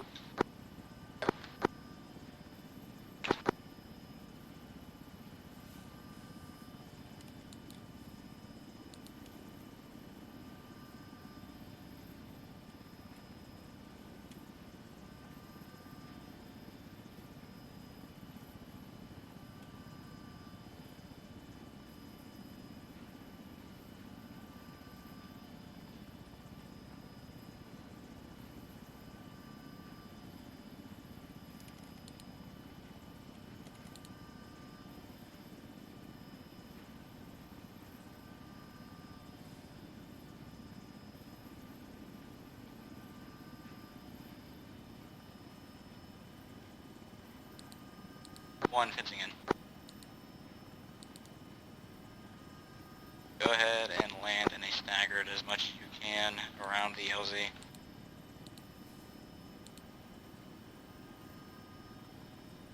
3, 4.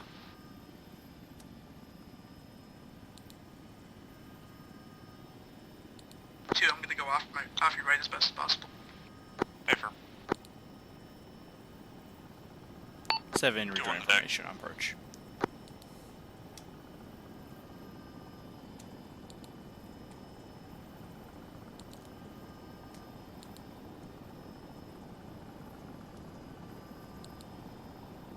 Four on deck. On deck. 3 on deck.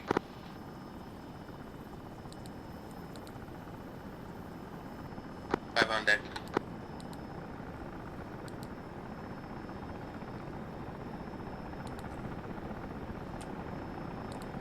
6.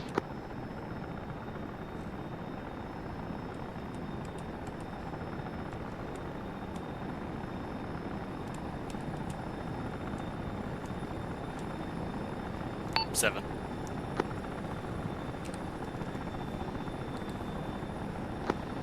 1 lifting.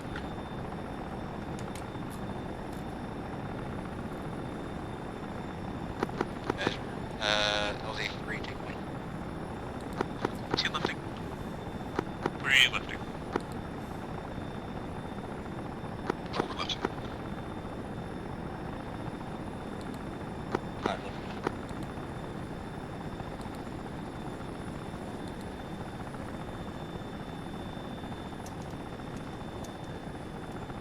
Knots until we're formed up. 7 lifting. 2, 3.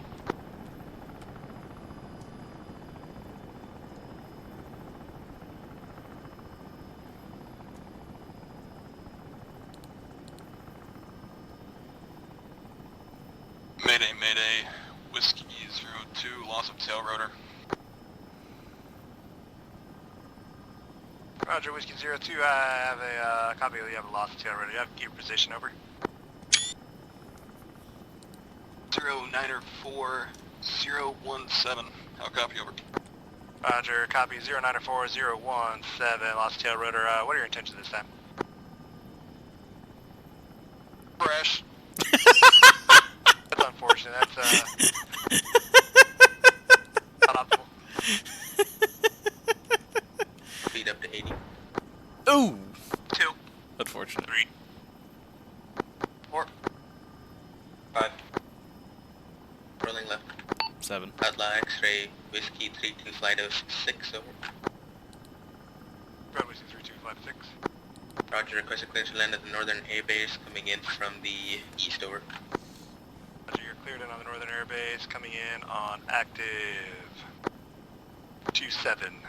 No other traffic this time. You're cleared in, hover taxi direct to combat Todd. Copy all. 1 slowing down to 60. 2, 3. 4. 5. 7.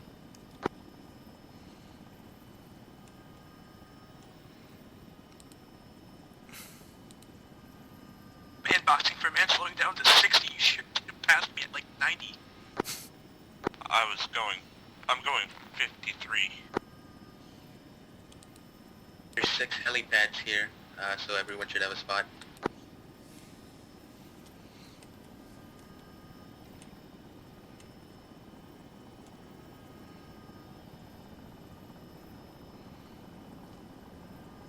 Copy 2, take the one that's going to be off your right.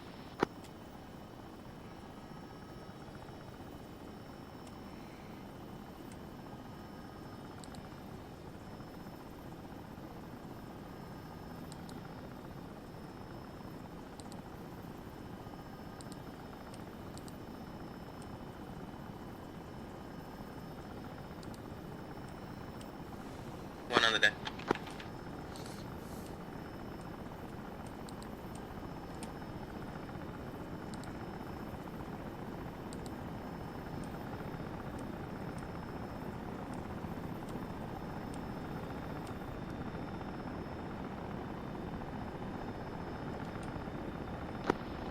Alright, 2.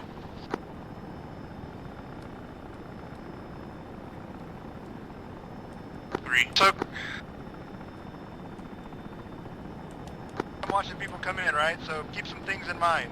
You always want to give yourself an out and everybody else an out. So as you're filling in these spots, in theory, if you got a full flight, you want to fill in like Mighty pulled in that furthest out position. Coffee went behind him. He could have gone behind him or to his left. And you keep filling in that way. So the next bird in, right, then goes to where boxing is, the furthest left. If you're going to go left, then you go furthest left. That way, the bird who's still in the process of landing, right, the bird coming in behind him has an exit vector. Because if Bosco, who's in the middle between boxing and Krishna, came in, he came in at half boost too. If he was coming in while, say, boxing was still landing, and boxing veered to the right, Bosco has nowhere to go. Right? He can't go right because he'll hit Mighty. If he goes left, he's going to hit boxing. His only way out is up. Or down, right? So always land so the guy landing behind you has an exit. Make sense? Affirm.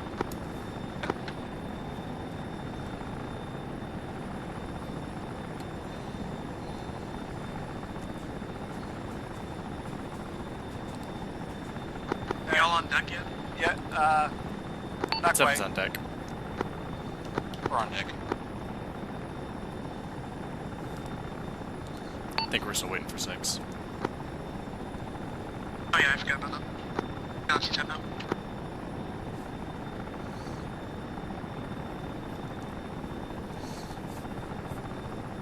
We got sec, never mind. Ticket 1.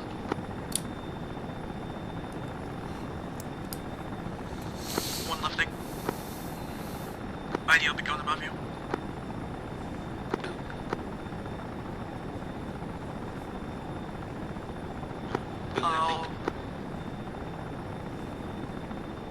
I'll be at 600 MSL at 40 knots.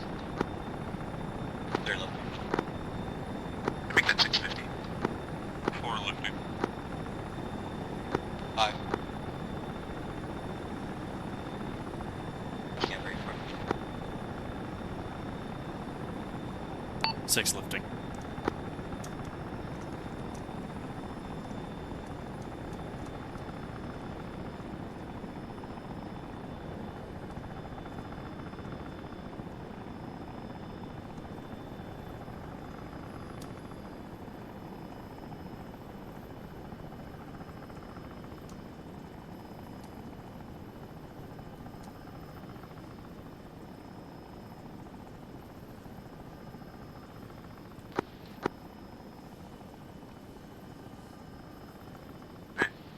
One speeding up to 100 knots at 800 MSL. Yep.4. 5. 6. 7.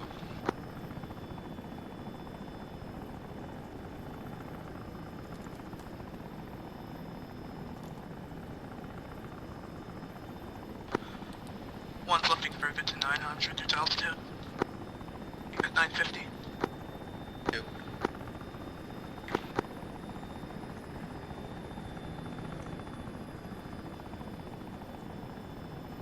Five. Alright, I'm gonna continue lifting, Six. and once I'm done, I'll call out number. This is a lot higher than I thought.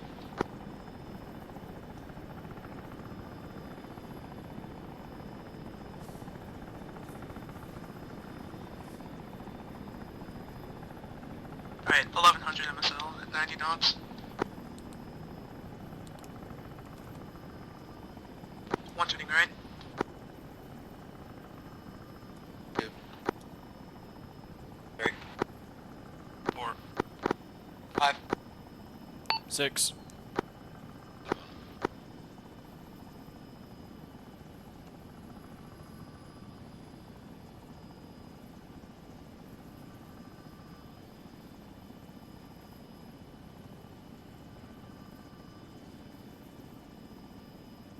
One's starting to slow up to 60.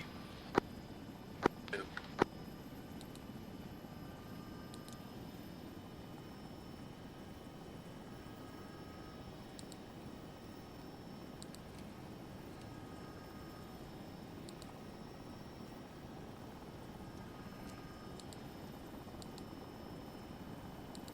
Four.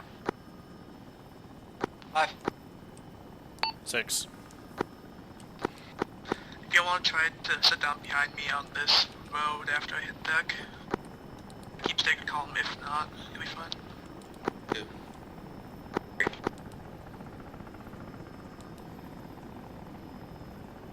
I forgot call. Sorry, I forgot call on Ross. My bad. Whiskey 02, flight of 7, crossing in. Pop 0. This is not the Rosnet. This is Outlaw. One, we should orbit while you call.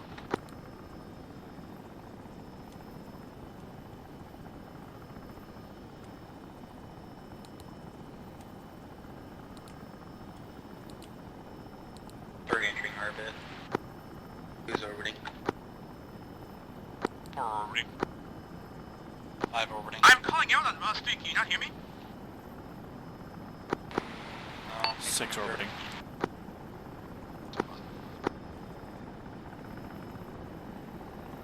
Yeah, I can hear you on Ross 3. I'm talking on Ross 3. You're on A2A. I'm on A2A right now because I was talking on Ross 3, but he didn't hear me the first 3 times I called. Negative, you called out. As somebody told you, you called out on Outlaw. Then I switched over to Ross Jesus. 3. You haven't called out on Ross 3 yet.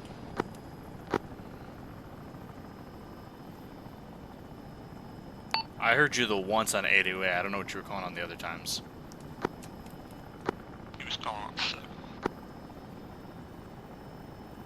Correction, I'm on 7. channel 30. This is air. This is air to air.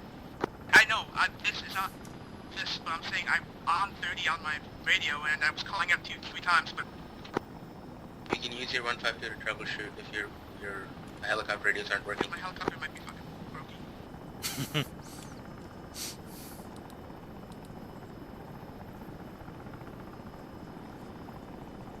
The rec doesn't work. We just need a steam on put 2 Vermont law. So we call it a runs.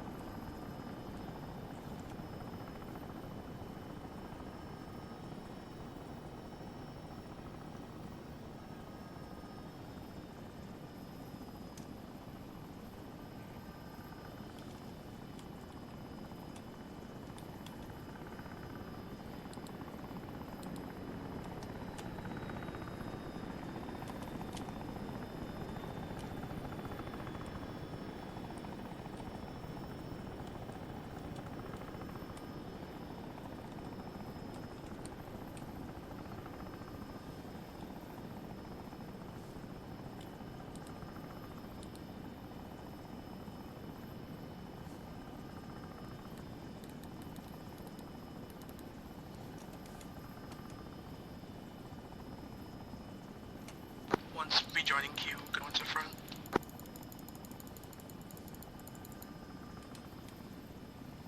Guys, do you want to get a line real quick? Something to do. Camera.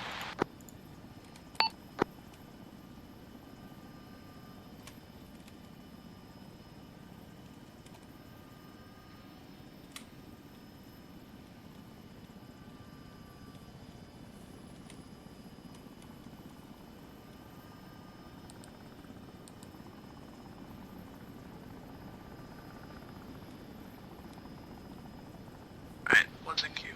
Turning right to land. Going outside the roads, sorry, going left outside the roads.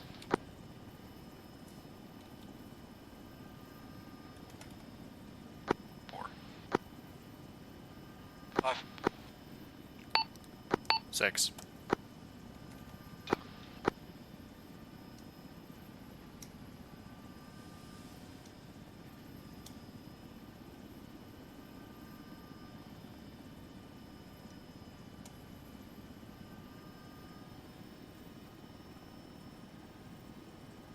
2, 6.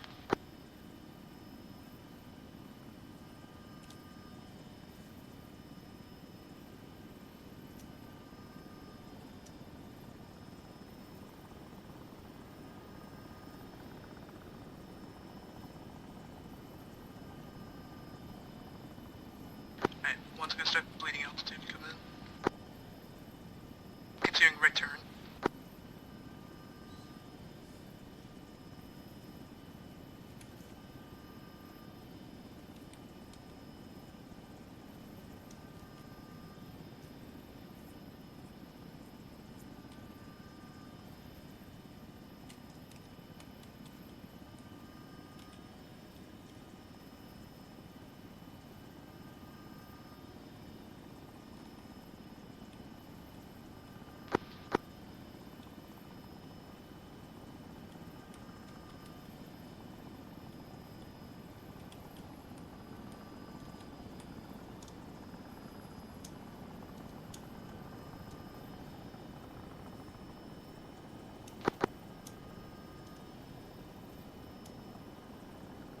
One's going over. Yellow smoke is bad, purple smoke is good. 4. 5. You want us to all land one? I land one by one. Yellow smoke is bad, they were in contact. One's taking loiter around. 4.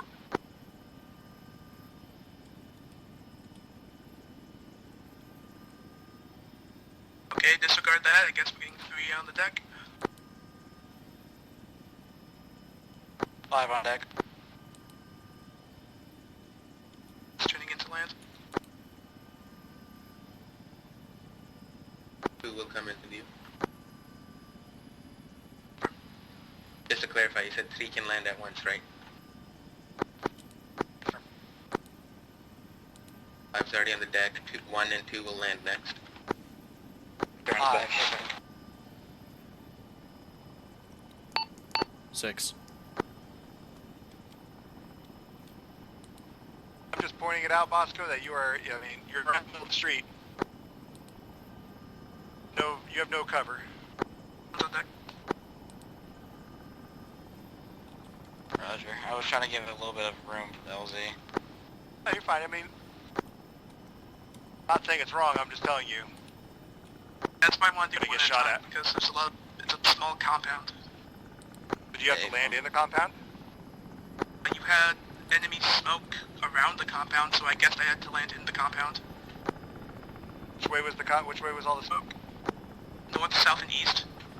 West is an open Or road. south and east? It's all south.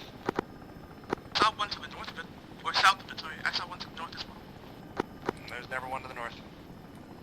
5. The one on the north side was purple. 2 on the deck.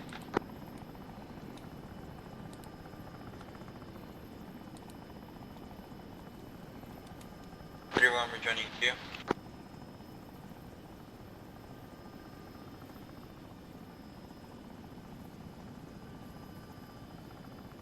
One's lifting.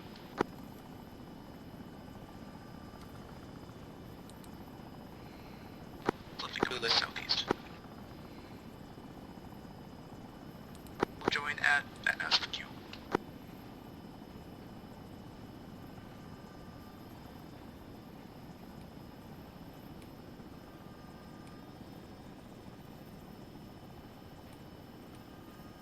And 4, you guys wanna land?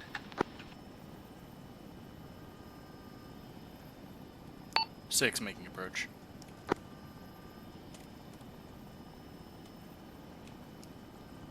Four on approach.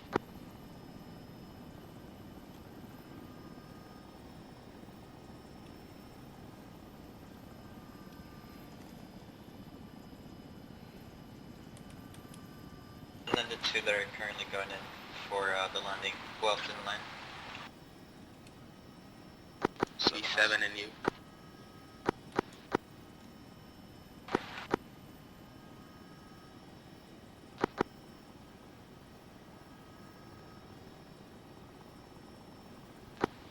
Before you wanna touch down.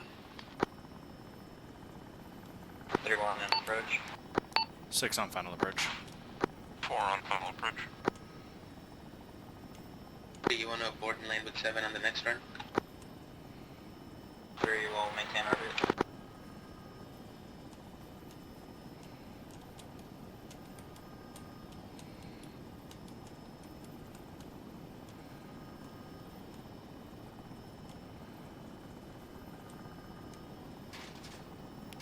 Six on deck.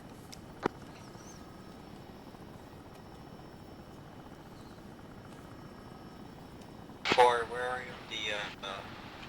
The cube right now?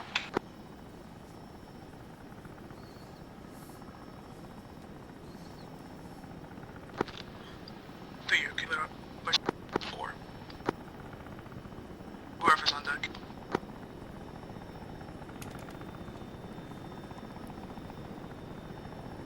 Four on the deck. Six lifting.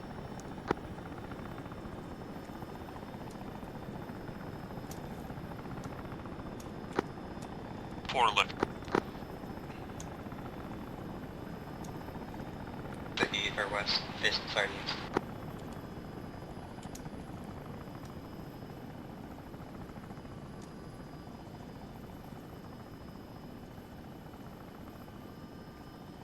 Seven, make your approach now.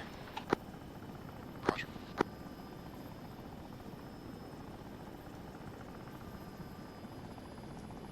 I'm confused, there's 2 7s on that.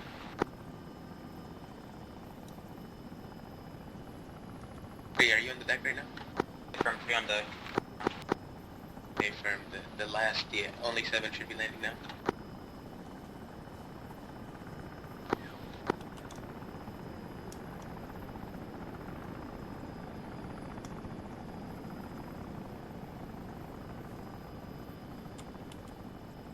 Lifting.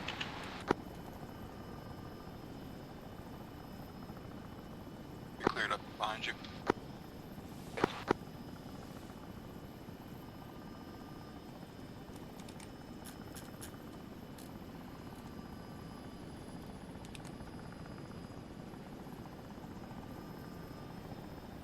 Seven on deck.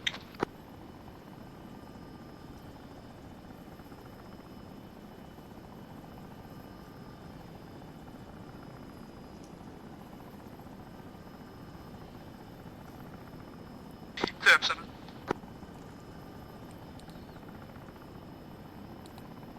Seven lifting.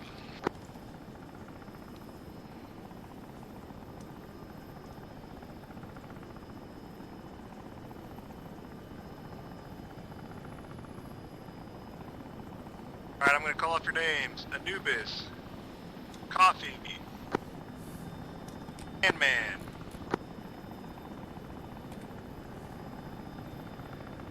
You guys are gonna be Flight 1.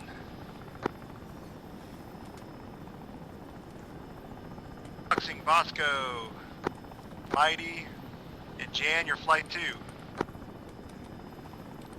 Anubis, take Flight 1 and head to your LZ. Jan, take Flight 2 and head to your LZ.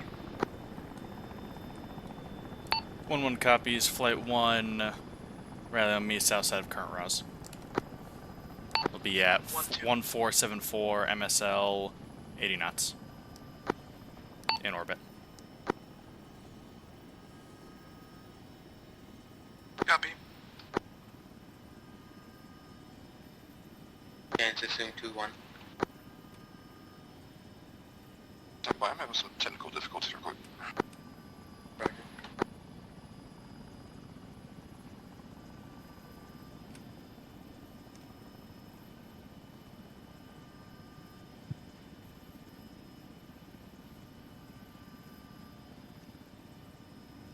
Flight at 2, I guess we'll just resume orbit until instructed otherwise by flight lead.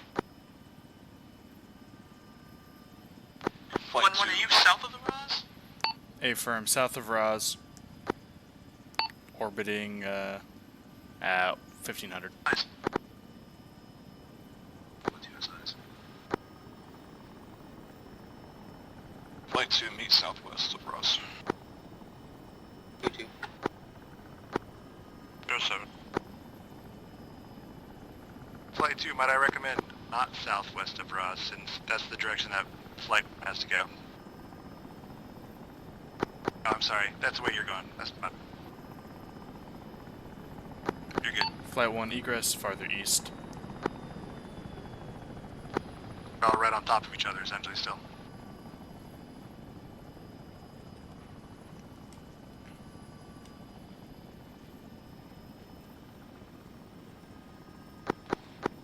One one slowing to 070 knots. Correction 70 knots. 1-2 copies. Flight 2, hold at 50 knots at 1100 MSL. Flight 1, you both good to go? 1-2. Copy, let's descend to 900 MSL, increase speed to 100 knots. 1-2. 2-1, this is 2-3. What Roz are you heading to? Ross 1. Affirm. 2-4, rejoining.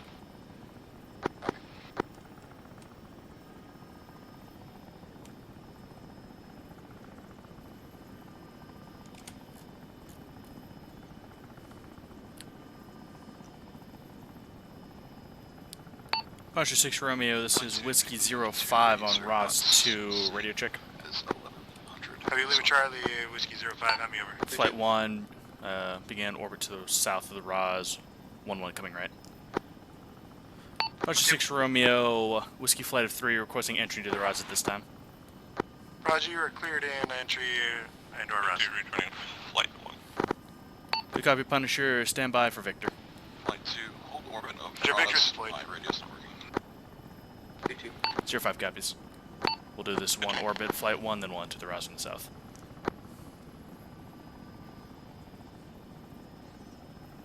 Let's begin our descent. We'll go to 600 MSL. 1-2. 3-1. Let's slow down to 60 knots. Come on, turning right. 2-2. 2-3.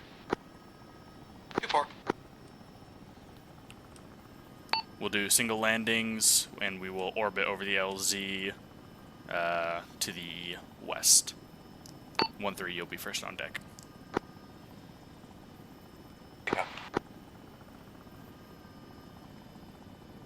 Coming left. 1-2. 1-2.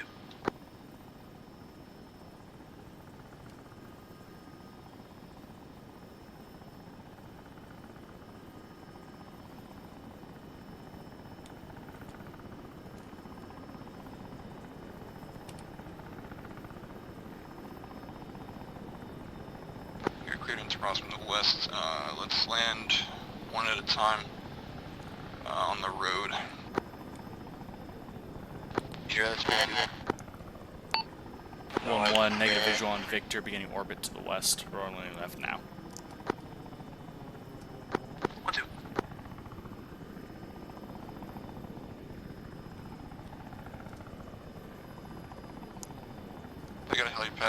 go first on the helipad. Just hold orbit. 2-3. 4.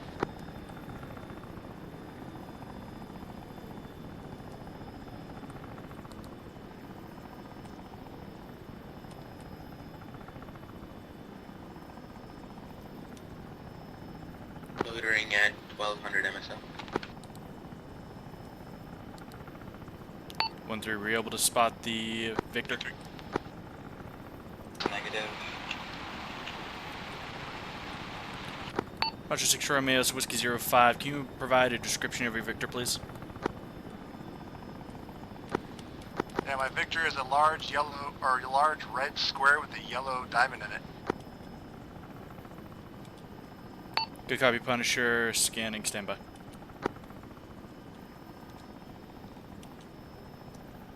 That thing you're doing right now is you're a target. Really low, easy to hit target. In case anybody ever wants to hit you. 1-1 climbing. 1-2. Flight of 2, or second flight.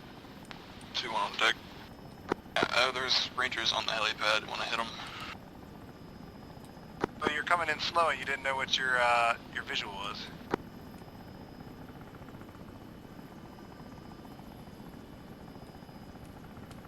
You see, you see where you're gonna land?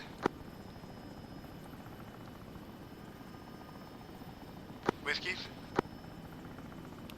Negative, still no visual on Victor. Visual of the helipad? The helipad. The hospital helipad? See the helipad, I don't see a yellow pad.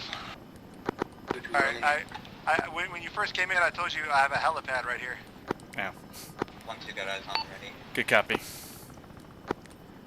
1-3, LZ will be helipad. Cleared land. Copy 1-3 on approach. 1-1, 1-2 will continue to circle. 1-2.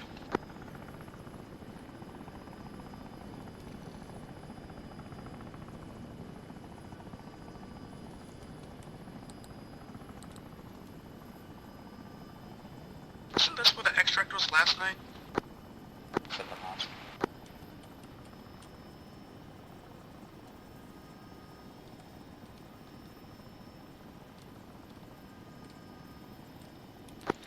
If they're not bright enough to get out of the way, just land on them. 2-2 on the deck. It's a policy I tell all pilots. 1-3 on deck.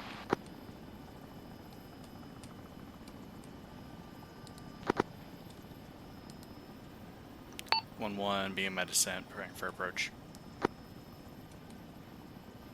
From 1-2, we'll continue later. 2-2 lifting. 2-2 rolling in.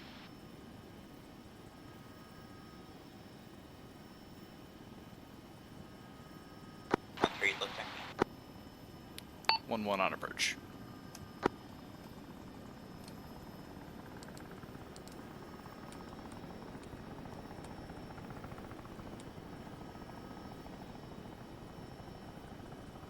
He's gonna come back around. I'm going too fast.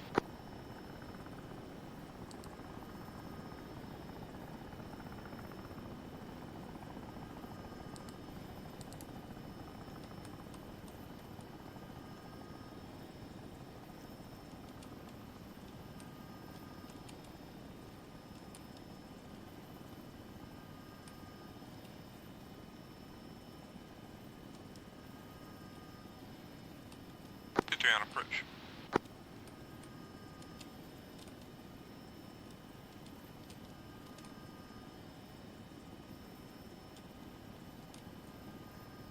One on deck. Copy. 1-2.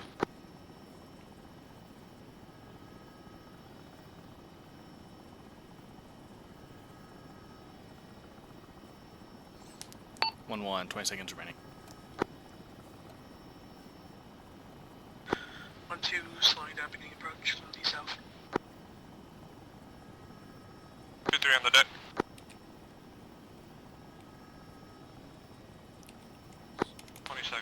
1-1 1-1 lifting, egressing northwest.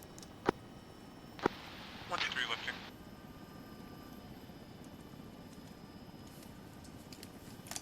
Before 3, go to swing left. 23 swinging left. It's big enough or I was too high.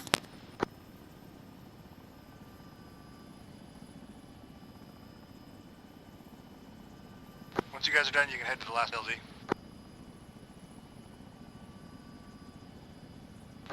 23 rejoining orbit. 1-1 climbing.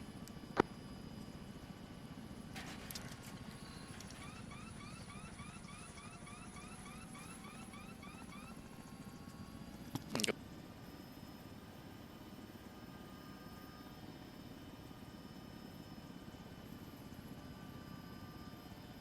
What's your current altitude?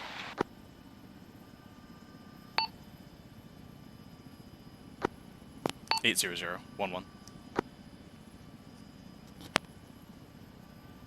1-3 comes. 2-4 on deck. 2 on deck.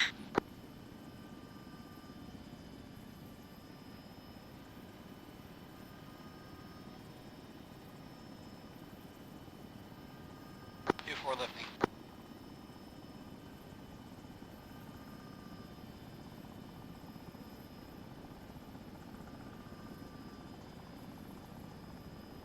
20 seconds. Flight 2, let's meet northeast of the Roz. We'll exit there. 2. 3. Hold at 50 knots. Drop to 1000 MSL. 1-2 lifting. Copy 1-2, let me know when you're back in formation. Affirm. Roger, you are clear to exit your Current speed 9, 1.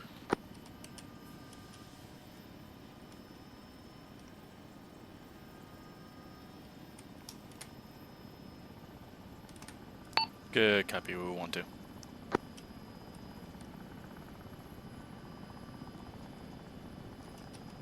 Do you want me to take over? Let's pick it up. Second flight, let's pick it up to 80 knots. 1300. Second flight, first flight will maintain loiter until you catch up for final LZ.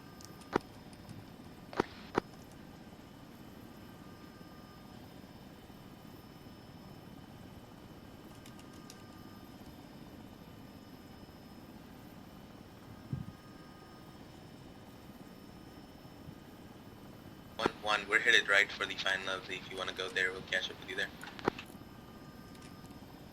Good copy, we'll rendezvous with you west of final LZ. Break 1-1, rolling right. 1-2. Right.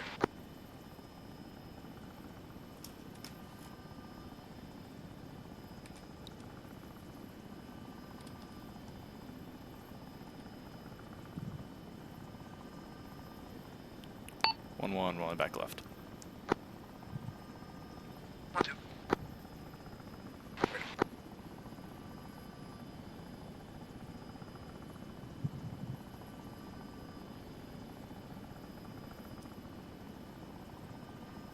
Alright.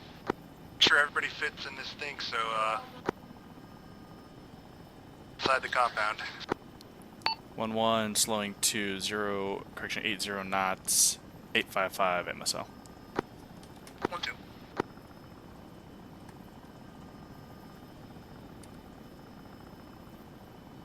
Flight 2, let's drop to 1000 MSL.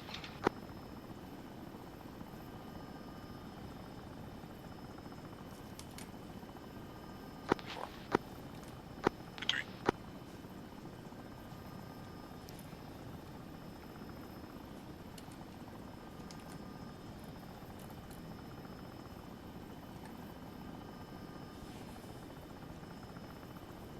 2-1, what's your knots? 9-6, let's start at 100. 2-3.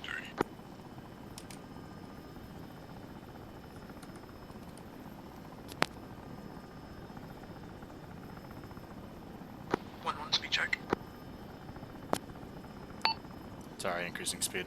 I got distracted by something. Yeah, you're good. 1-1 coming right, entering orbit. 1-2. Hunter.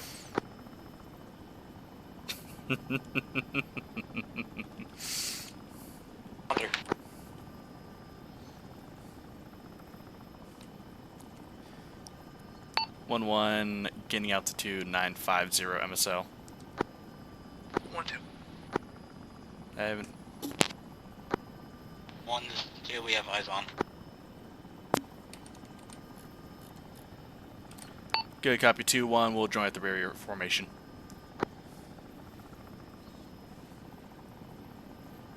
One handing control to 2-1. Copy, 2-1 has control. Slowing down to 70 knots at 900 so. 3. 4.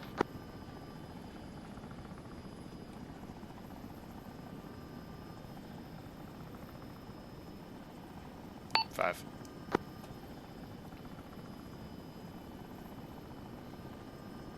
7.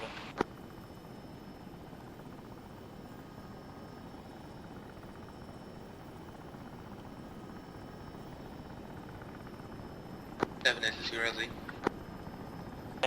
I guess we're going with this. Negative, you want to call in and then you'll take 1. And to Ross. Disregard last. Yeah, we'll just roll with It's it. better that somebody else gets some practice anyways.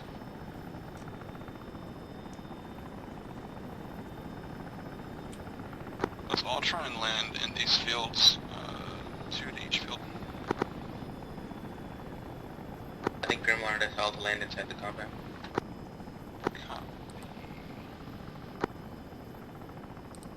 Roger, I'm going to be landing in the back left corner.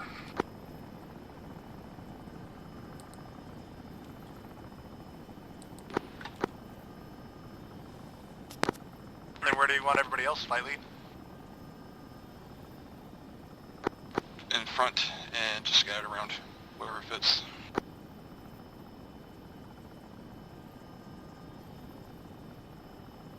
Four and 3 will take the field in front of you.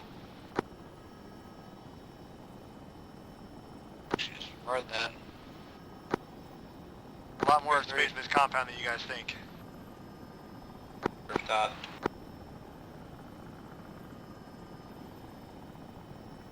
On deck.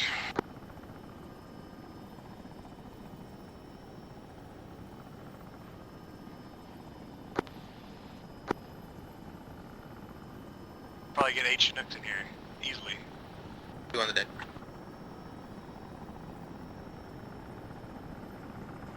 Once you're on deck, go ahead and slow down.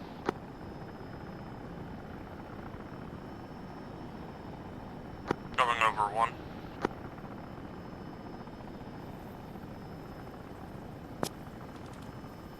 We're on deck.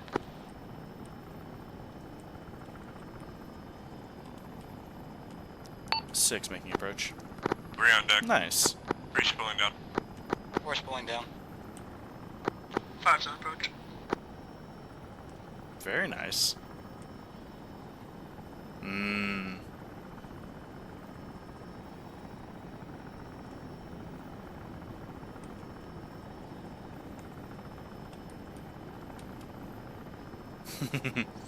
You don't bother me. Meet down in the main lobby of the building.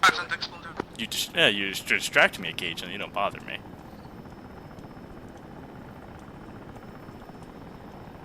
Hmm.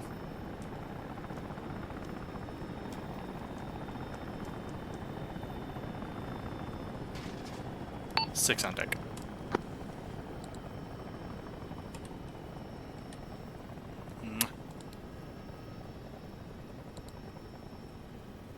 Let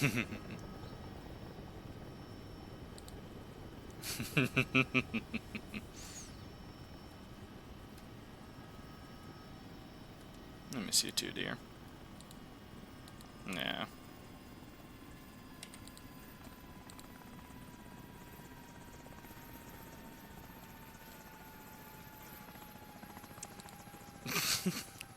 Because the other option was might not.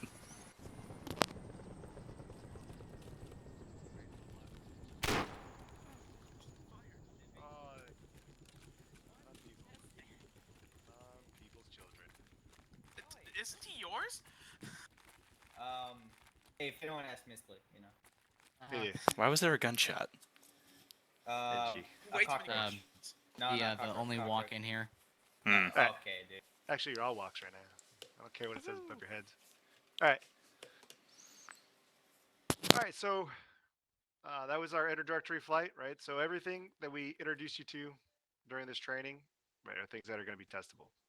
Are things that you're going to need to continue to build upon and learn over the next coming 2 weeks, right? Nothing too complicated. I know I understand, like, especially when you get a flight in there, you have to start controlling people. You use the radios. It's a little hectic. But again, call early and verify that you have contact with the ground forces, right? Or have a backup plan. The earlier your call, the better. And do not land unless you have 100% verification that those units on the ground are yours. If you cannot raise them on the radio, you don't land. Or unless you can find some other way to communicate with them to ensure that those are our troops. But yeah, good job. The only crashes we had were, our air casualties, and sorry, not everybody got a chance to do those. I got distracted, had some stuff going on in the house, so apologize for that. If anybody would like to do some more of those, let me know. Stick around for a little bit and can break some helicopters and give some pointers. The only other thing I saw that like people could really work on is what I call stalking the LZ. What that is like you'll come in fast and about 100 meters out, like you just start going slow. Like you come in like you have a sense of purpose, you have an intention, and then you kind of lose it, and you get nervous, most likely, and then you start creeping it, right? And at that point, you're just a target, right? That anybody can, any RPG, they hit you easy, knock you out of the sky. So you want to make sure you're coming with a sense of purpose when you're training. Train coming in all the way to your LZ at no less than 20 knots until you flare out for your actual landing. If you're going less than 20 knots, just land. Well, let's say 15, right? If you're going less than 15 knots, just land. You missed your LZ, and that's okay, right? That's why we train. What I always recommend people use when training, if you look inside your vest,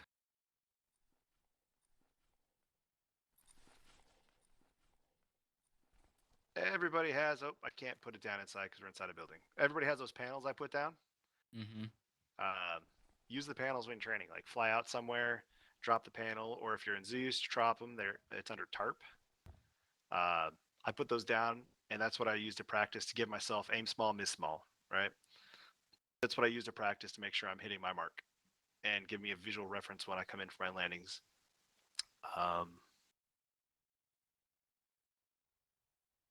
And I'll put them all, like I'll first start off, like if anybody wants some extra training, like you can hit me up or any one of the other pilots. Normally we'll start like in clear open spaces around the airfield, and I'll put those down and you just aim at those, right? Until you start to get it, and then you just put them out in the field somewhere, put them by trees, put them in between buildings, in a city, wherever, and get used to it. A couple other things I saw is set yourself up for success when you're making your approach, especially when you're in an orbit. You have lots of time to look and to see what the optimal approach is, where you're going to have less obstructions that you have to like go over top of. So what you don't want to do is you want to come in high and then have to go straight down, right? You want to minimize that as much as possible. You want to be able to come in on a consistent slope and forward movement, because that gives you a big picture and allows you to maintain your situational awareness as you approach. If at any time you stop and have to come straight down, you lose your situational awareness, because you're going to drift left, right, forward, back, whatever. You're not going to be where you thought you were, and it's hard to keep in your mind. That's where like the door gunners come in handy when we have them. Otherwise, always try to keep that forward momentum so you can always maintain your situational awareness and your picture of where you are in space. And so you know you're not going to hit anything. I saw a lot of people, or not a lot, I saw sometimes where people came in and they came straight down, and you could tell, and rightly so. I mean, you're getting nervous because you don't know where you are. And that's just one way to help correct that. Pick a better approach, set yourself up for success, and find that approach where you don't have to come straight down. Does anybody have any questions for me at this point?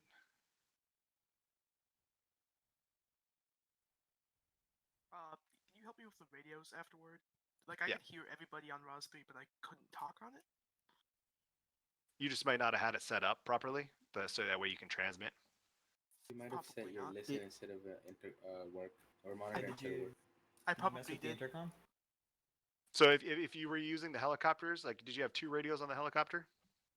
I had 2 radios on myself and then 1 radio on the helicopter. Set 2. All right. Whatever. Which one was on ROS 3? The one on the helicopter.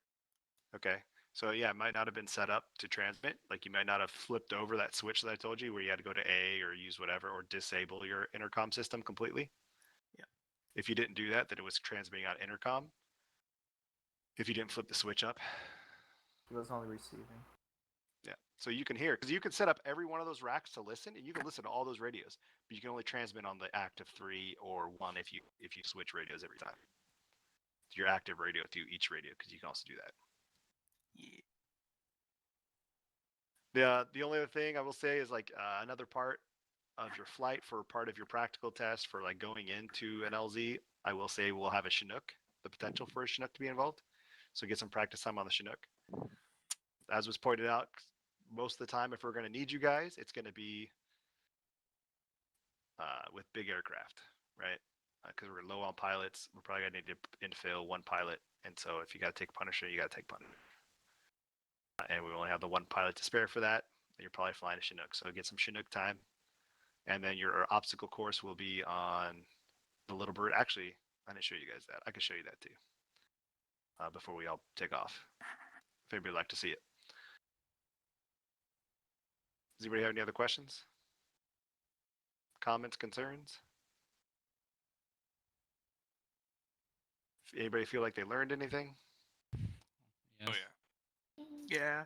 I learned what not to do when I lose tail rotor authority. Right?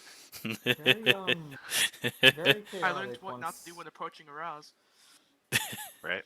So now you also have a taste of, or you also have a bit of an understanding of what it is to be on the other side of like your RTO calls, right? Mm-hmm. It's a little different. Now we know it's frustrating on both ends when something's not working right. Everybody's got problems. Any other questions, comments, concerns, suggestions? Is there anything you guys want to know or want to learn that? Oh, that was the other thing I was going to say, learning. The way I'm going to set this up for now is going to be every quarter. So every 3 months, you guys have to recertify. The recertification process will basically probably just be like auto torque, anti-rotation, and show me like you can fly around pretty good and use comms, and we're probably good. Or fly an op in that time period, or attend 2 trainings. So I'm going to leave most of my trainings open to you guys unless there's a prerequisite for that training. Like you guys are welcome to come, and that'll so you can learn some more advanced techniques. Will you be able to employ those techniques? I don't know yet, but it'll get you stick time. You'll learn some more stuff, and you know, like you'll get your flight time in, so you don't have to recertify. Everybody tracking on that? Tracking. Okay. Anytime you fly during an op, if I'm not present, just or even if I am, just send me a Discord message. So that way I ensure that your attendance was being tracked. And then you guys will, when you get qualified as auxiliary pilots, I'm going to open you guys up to. Actually, I'll probably do it today now that we've done this training, so you can sign up for the upcoming ops. You'll see our op sign up sheet, and just sign up. Yeah, and then there's a training one too that we'll add you to once you're qualified, and then you can start showing up to our other trainings. And just ask ahead of time if you're going to have a prerequisite for that training or not. Any questions? I know I keep asking that. No? All right. If you'd like, you can stick around real quick. I will set up the obstacle course real fast and give you guys a demo and leave it up if you want. You can do some practice on it. It's pretty straightforward. With that, thank you for attending. I hope you guys had some fun. Hope you learned some stuff, and I hope you still want to continue the process. Because it does nothing but help us out. I think I'm gonna get gray hairs by the time I turn 20. Shit, I'm already getting gray hairs. Yeah. Yeah, if you thought it was stressful with just us around, you got to understand, right? Everybody crashes. Like, I'm not going to judge you if you crash. Like, we're just going to try to figure out how to do better next time, right?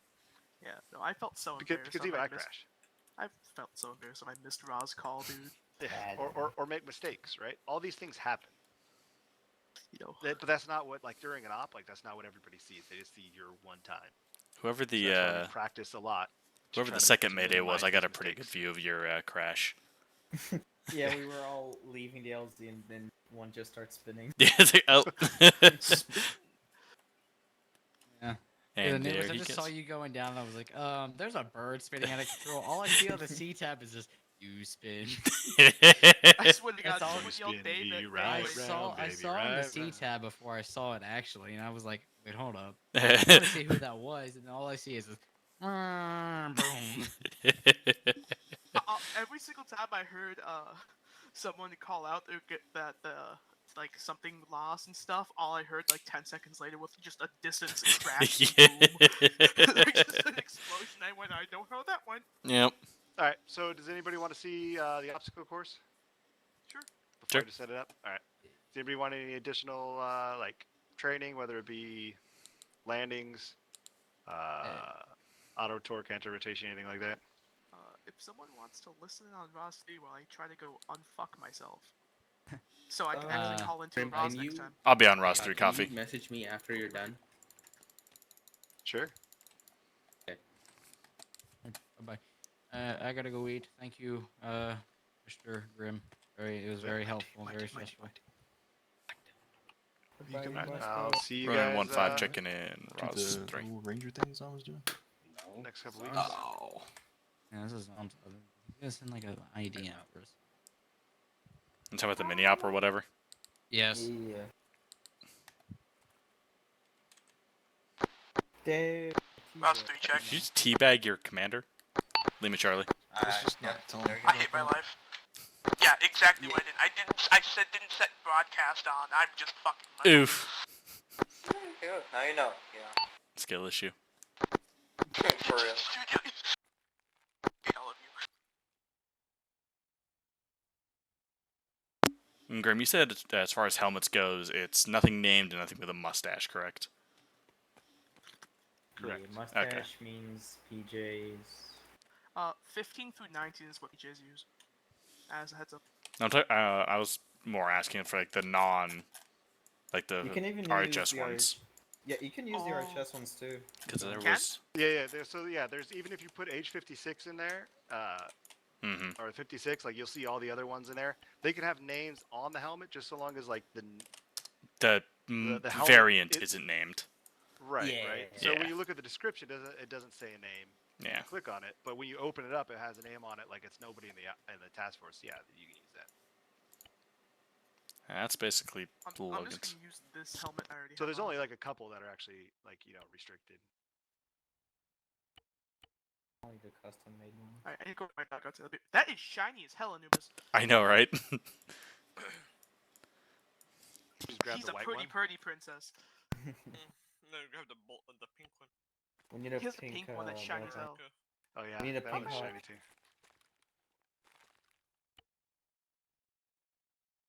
No, I'm just gonna use the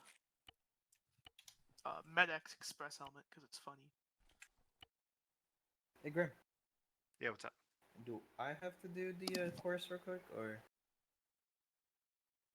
Yes. fair enough? Oh, is that for us too? Do we have to do the course, correct? You will, and after, yeah. After the 2 weeks? Yep. That's why I said I'll set it up real quick and like I'll demonstrate it, or actually have Sandman demonstrate it while I talk about it. Would work Why are too. you touching me, Jim? As long as he remembers what he's got to do.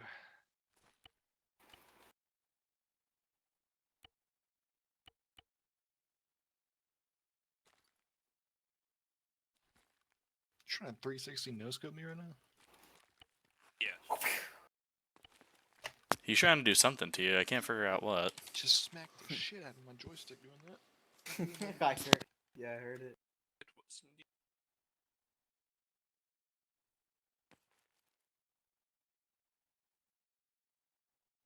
Well, it seems as though someone mistaked themselves into a area. That's unfortunate. Yo, he's in FaZe Clan. I hit the clip. I hit the clip. Mommy hit a clip. I'm back. Miss. Yeah, Boxing, you're right. This one is goofy looking. Oh yeah, it looks cool, but it's Yeah. kind of goofy looking.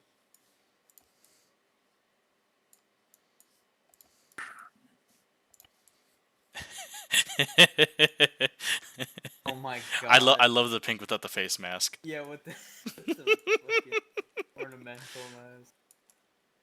It looks so weird. What the fuck? That's why I like it. Grandpa, what the fuck are you wearing? Back in my day, this was cool, you little shit. That's my grandpa. Your grandpa? Anubis is my grandpa. I know you've been around when we've explained this before. It's very complex. Yes, Yeah, I know. That's wait. I'm just confused. I was like, I guess that makes Cat a grandma now. No, he's the adoptive father of Fiddle, who was my weird uncle, which makes him my grandpapa. Oh my god, I don't want to know the lore. My Too much Yeah, lore, no, dude. I just lost like Well, 60 no, seconds. I'm the adopted grandfather because their original grandfather Brian. got rid of them. Yeah. I don't even blame him. I'm joking. Oh wait, hey, guess it. Wait, real quick. Is this a non-secured base? Nah, this is a. Sam, like he just closed the door. Yeah. Just not my problem. Yeah, the crackheads are at it again. Yeah. Why do we keep them around? No, not allowed. Why must you Make a wish. To make a wish. Yeah, you know what? Oh God. Oh. Someone just fire around? No, he just kicked the. Sandman fucking kicked the door. There we go. I have that enabled. I can't remember what my button is to Yeah, Nevin, can I? activate it. I can close it by kicking it. Eh. Is that a Duke? Oh my god, Duke. Oh, it's wild. When did you join the server? I just got on. I saw people were on. I figured it was the JTAC shit. Ah. And then I saw you guys in pilot stuff, so I'm figuring it's the box pilot shit. Yep. It is. Identify yourself. Nice, it's hot. How's it going? I hurt my legs. I kicked the guy. Chance, I have a 45 here for 9 mil. Won't matter hitting head. How the fuck did I get a? Yo, I kicked the I door think so somebody's hard I got lost. a thermal burn on my leg. Holy shit. He disconnected. W01D Barry, huh? Okay. Wait, who's Barry? Who the fuck is Barry? That's what I said. I think somebody's lost. I think someone logged in with their alt account. I'm trying to figure it out who it is. Well, they also joined the server as private, or they joined the Discord or the TeamSpeak or whatever as private D-Berry. And the name sounds vaguely familiar, but Yeah. He's from second platoon, I think. is that what he is? I knew the name from somewhere.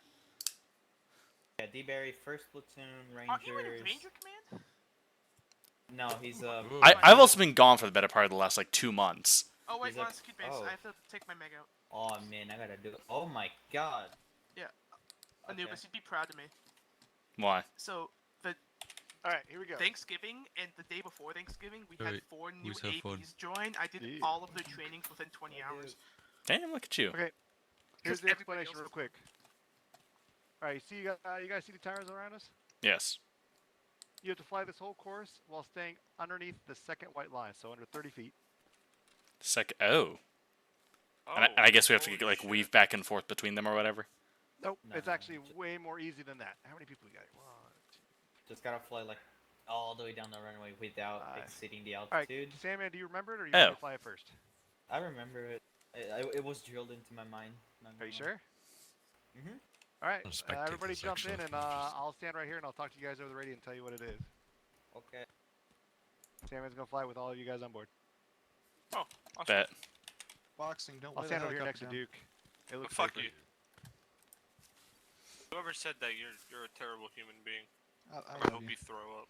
Okay. So, the beginning of the course, you're going to fly forward to the finish line as fast as you can while staying below the second white line. Anytime you spin above the second white line or outside of the course markers is time added to your score. Just checking, the white line is like Under the finish line over there? The finish line is the limit? Just Wonder who has the course record. You go all the way to the finish line at the end of the runway, and then you fly backwards all the way back. Copy. You stop, you hover over top of where he is now, the numbers, and you rotate to the right. You're going to fly sideways all the way down to the hangar, fly into the hangar, out of the hangar, and then fly back to the start. That's good. That sounds Am I good? Hover 6 feet over the ground for 5 seconds before you land. Actually, you know what, let's change that to, you're going to hover as you come over here to rotate before, when you transition from forward to sideways, backwards to sideways, you're going to hover over the numbers for 5 seconds sideways, and then you can start. Alright, you're good.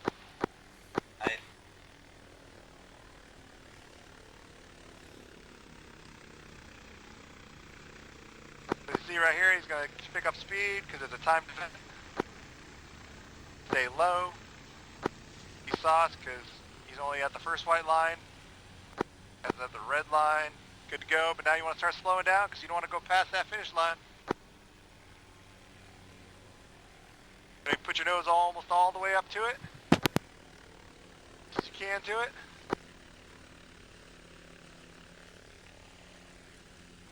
You can start flying backwards.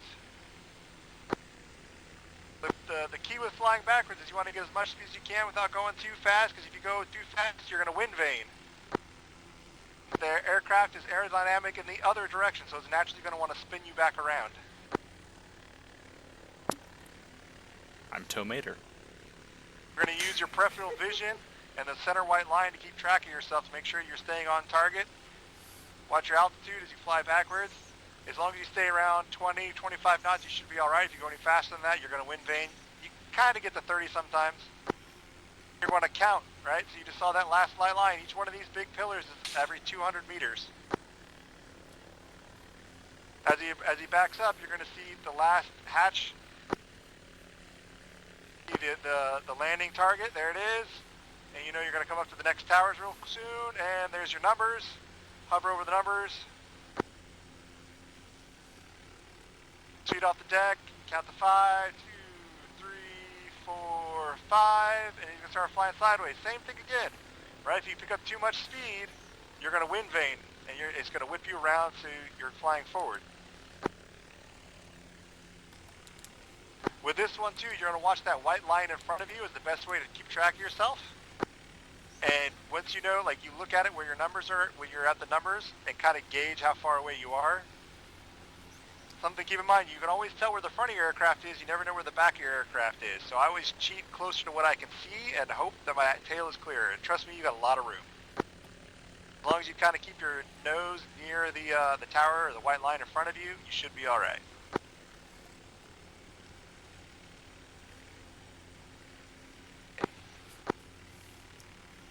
Parallel with that hangar, you can start moving in towards the hangar.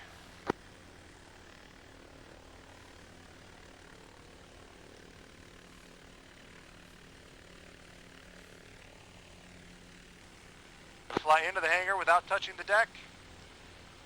Once you're all the way in, you're going to turn around. Fly back out without touching the ground or crashing by hitting something else.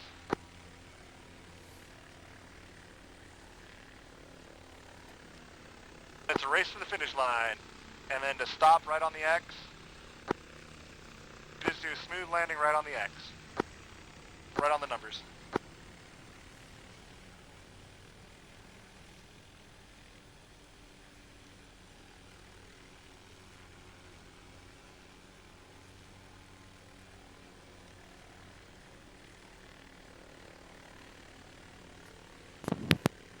Set down, you don't hover this time.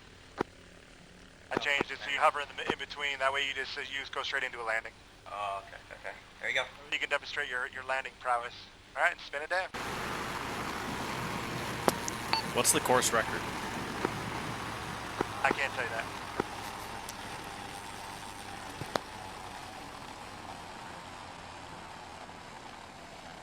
Coffee, why are you naked? We don't ask this kind of question. You're on my screen. Mine too. Am I naked still? Yes. Yes. You're in your skibbies and your helmet. All right. Does anybody have any questions about the route? Yeah, makes sense. Seems pretty straightforward. And by the second white line, you mean that one up there, correct? The one like halfway Yeah, up the tower? No, Yeah. Yeah, okay. Yeah, the second white, right? Oh, yeah, that's what I thought you meant. I was just making sure. You gotta stay below that second white line. Okay.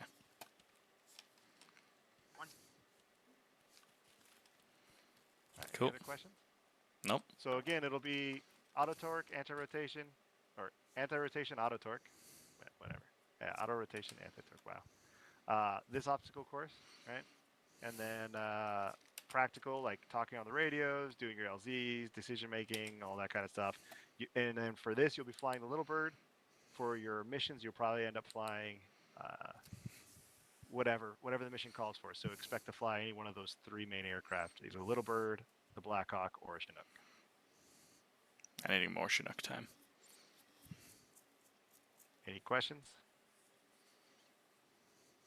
Comments, concerns? No? All right. Well, thank you all for joining the training. Sorry we went over a bit. Thanks for taking your time. Yeah, thank you. It's pretty good. Appreciate it. Yeah. And those 4 ops can start tomorrow, technically, correct?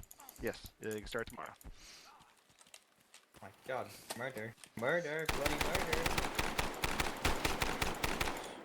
That was fast. That was something. That was fast. Didn't know we were in the bad. Strong, I didn't know we were in the bad neighborhood of Afghanistan, but Every neighborhood was the bad neighborhood. I guess. I wanted to do that. Why do you think I did it? Goodbye, Dukes. Have a good night. Goodbye, Fields. Have a good night. Goodbye, Nugis. Big hug. Goodbye, James. Goodbye, Boston. Big hug. Goodbye, Grim. Big hug. I go to bed. Okay. Oh, Don't he's you- on Brazil. I forgot. Oh, God! Oh, damn. He pulled that gas out, bro. You almost hit me, asshole. Hey, No, he punch did. in He the fucking. face. Come here. He has a GAT 2. It doesn't count. No, get away from me.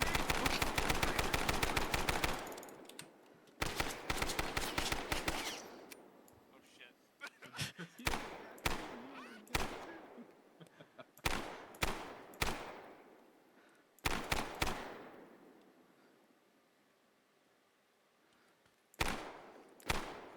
Forgot I made myself invincible.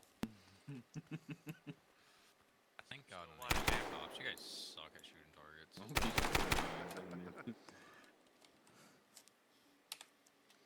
Yeah, I forgot I was invincible. That's fucked up. I was wondering, like, why isn't he hurting me? Oh, wait. Alright.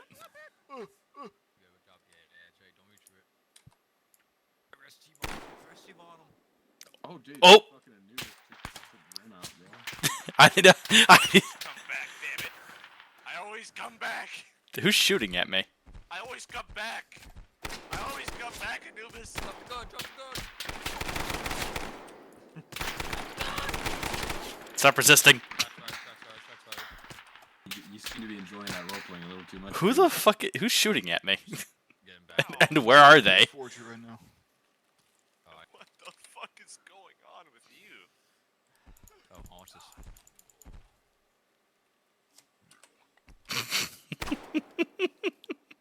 Alright, I'll catch you guys later.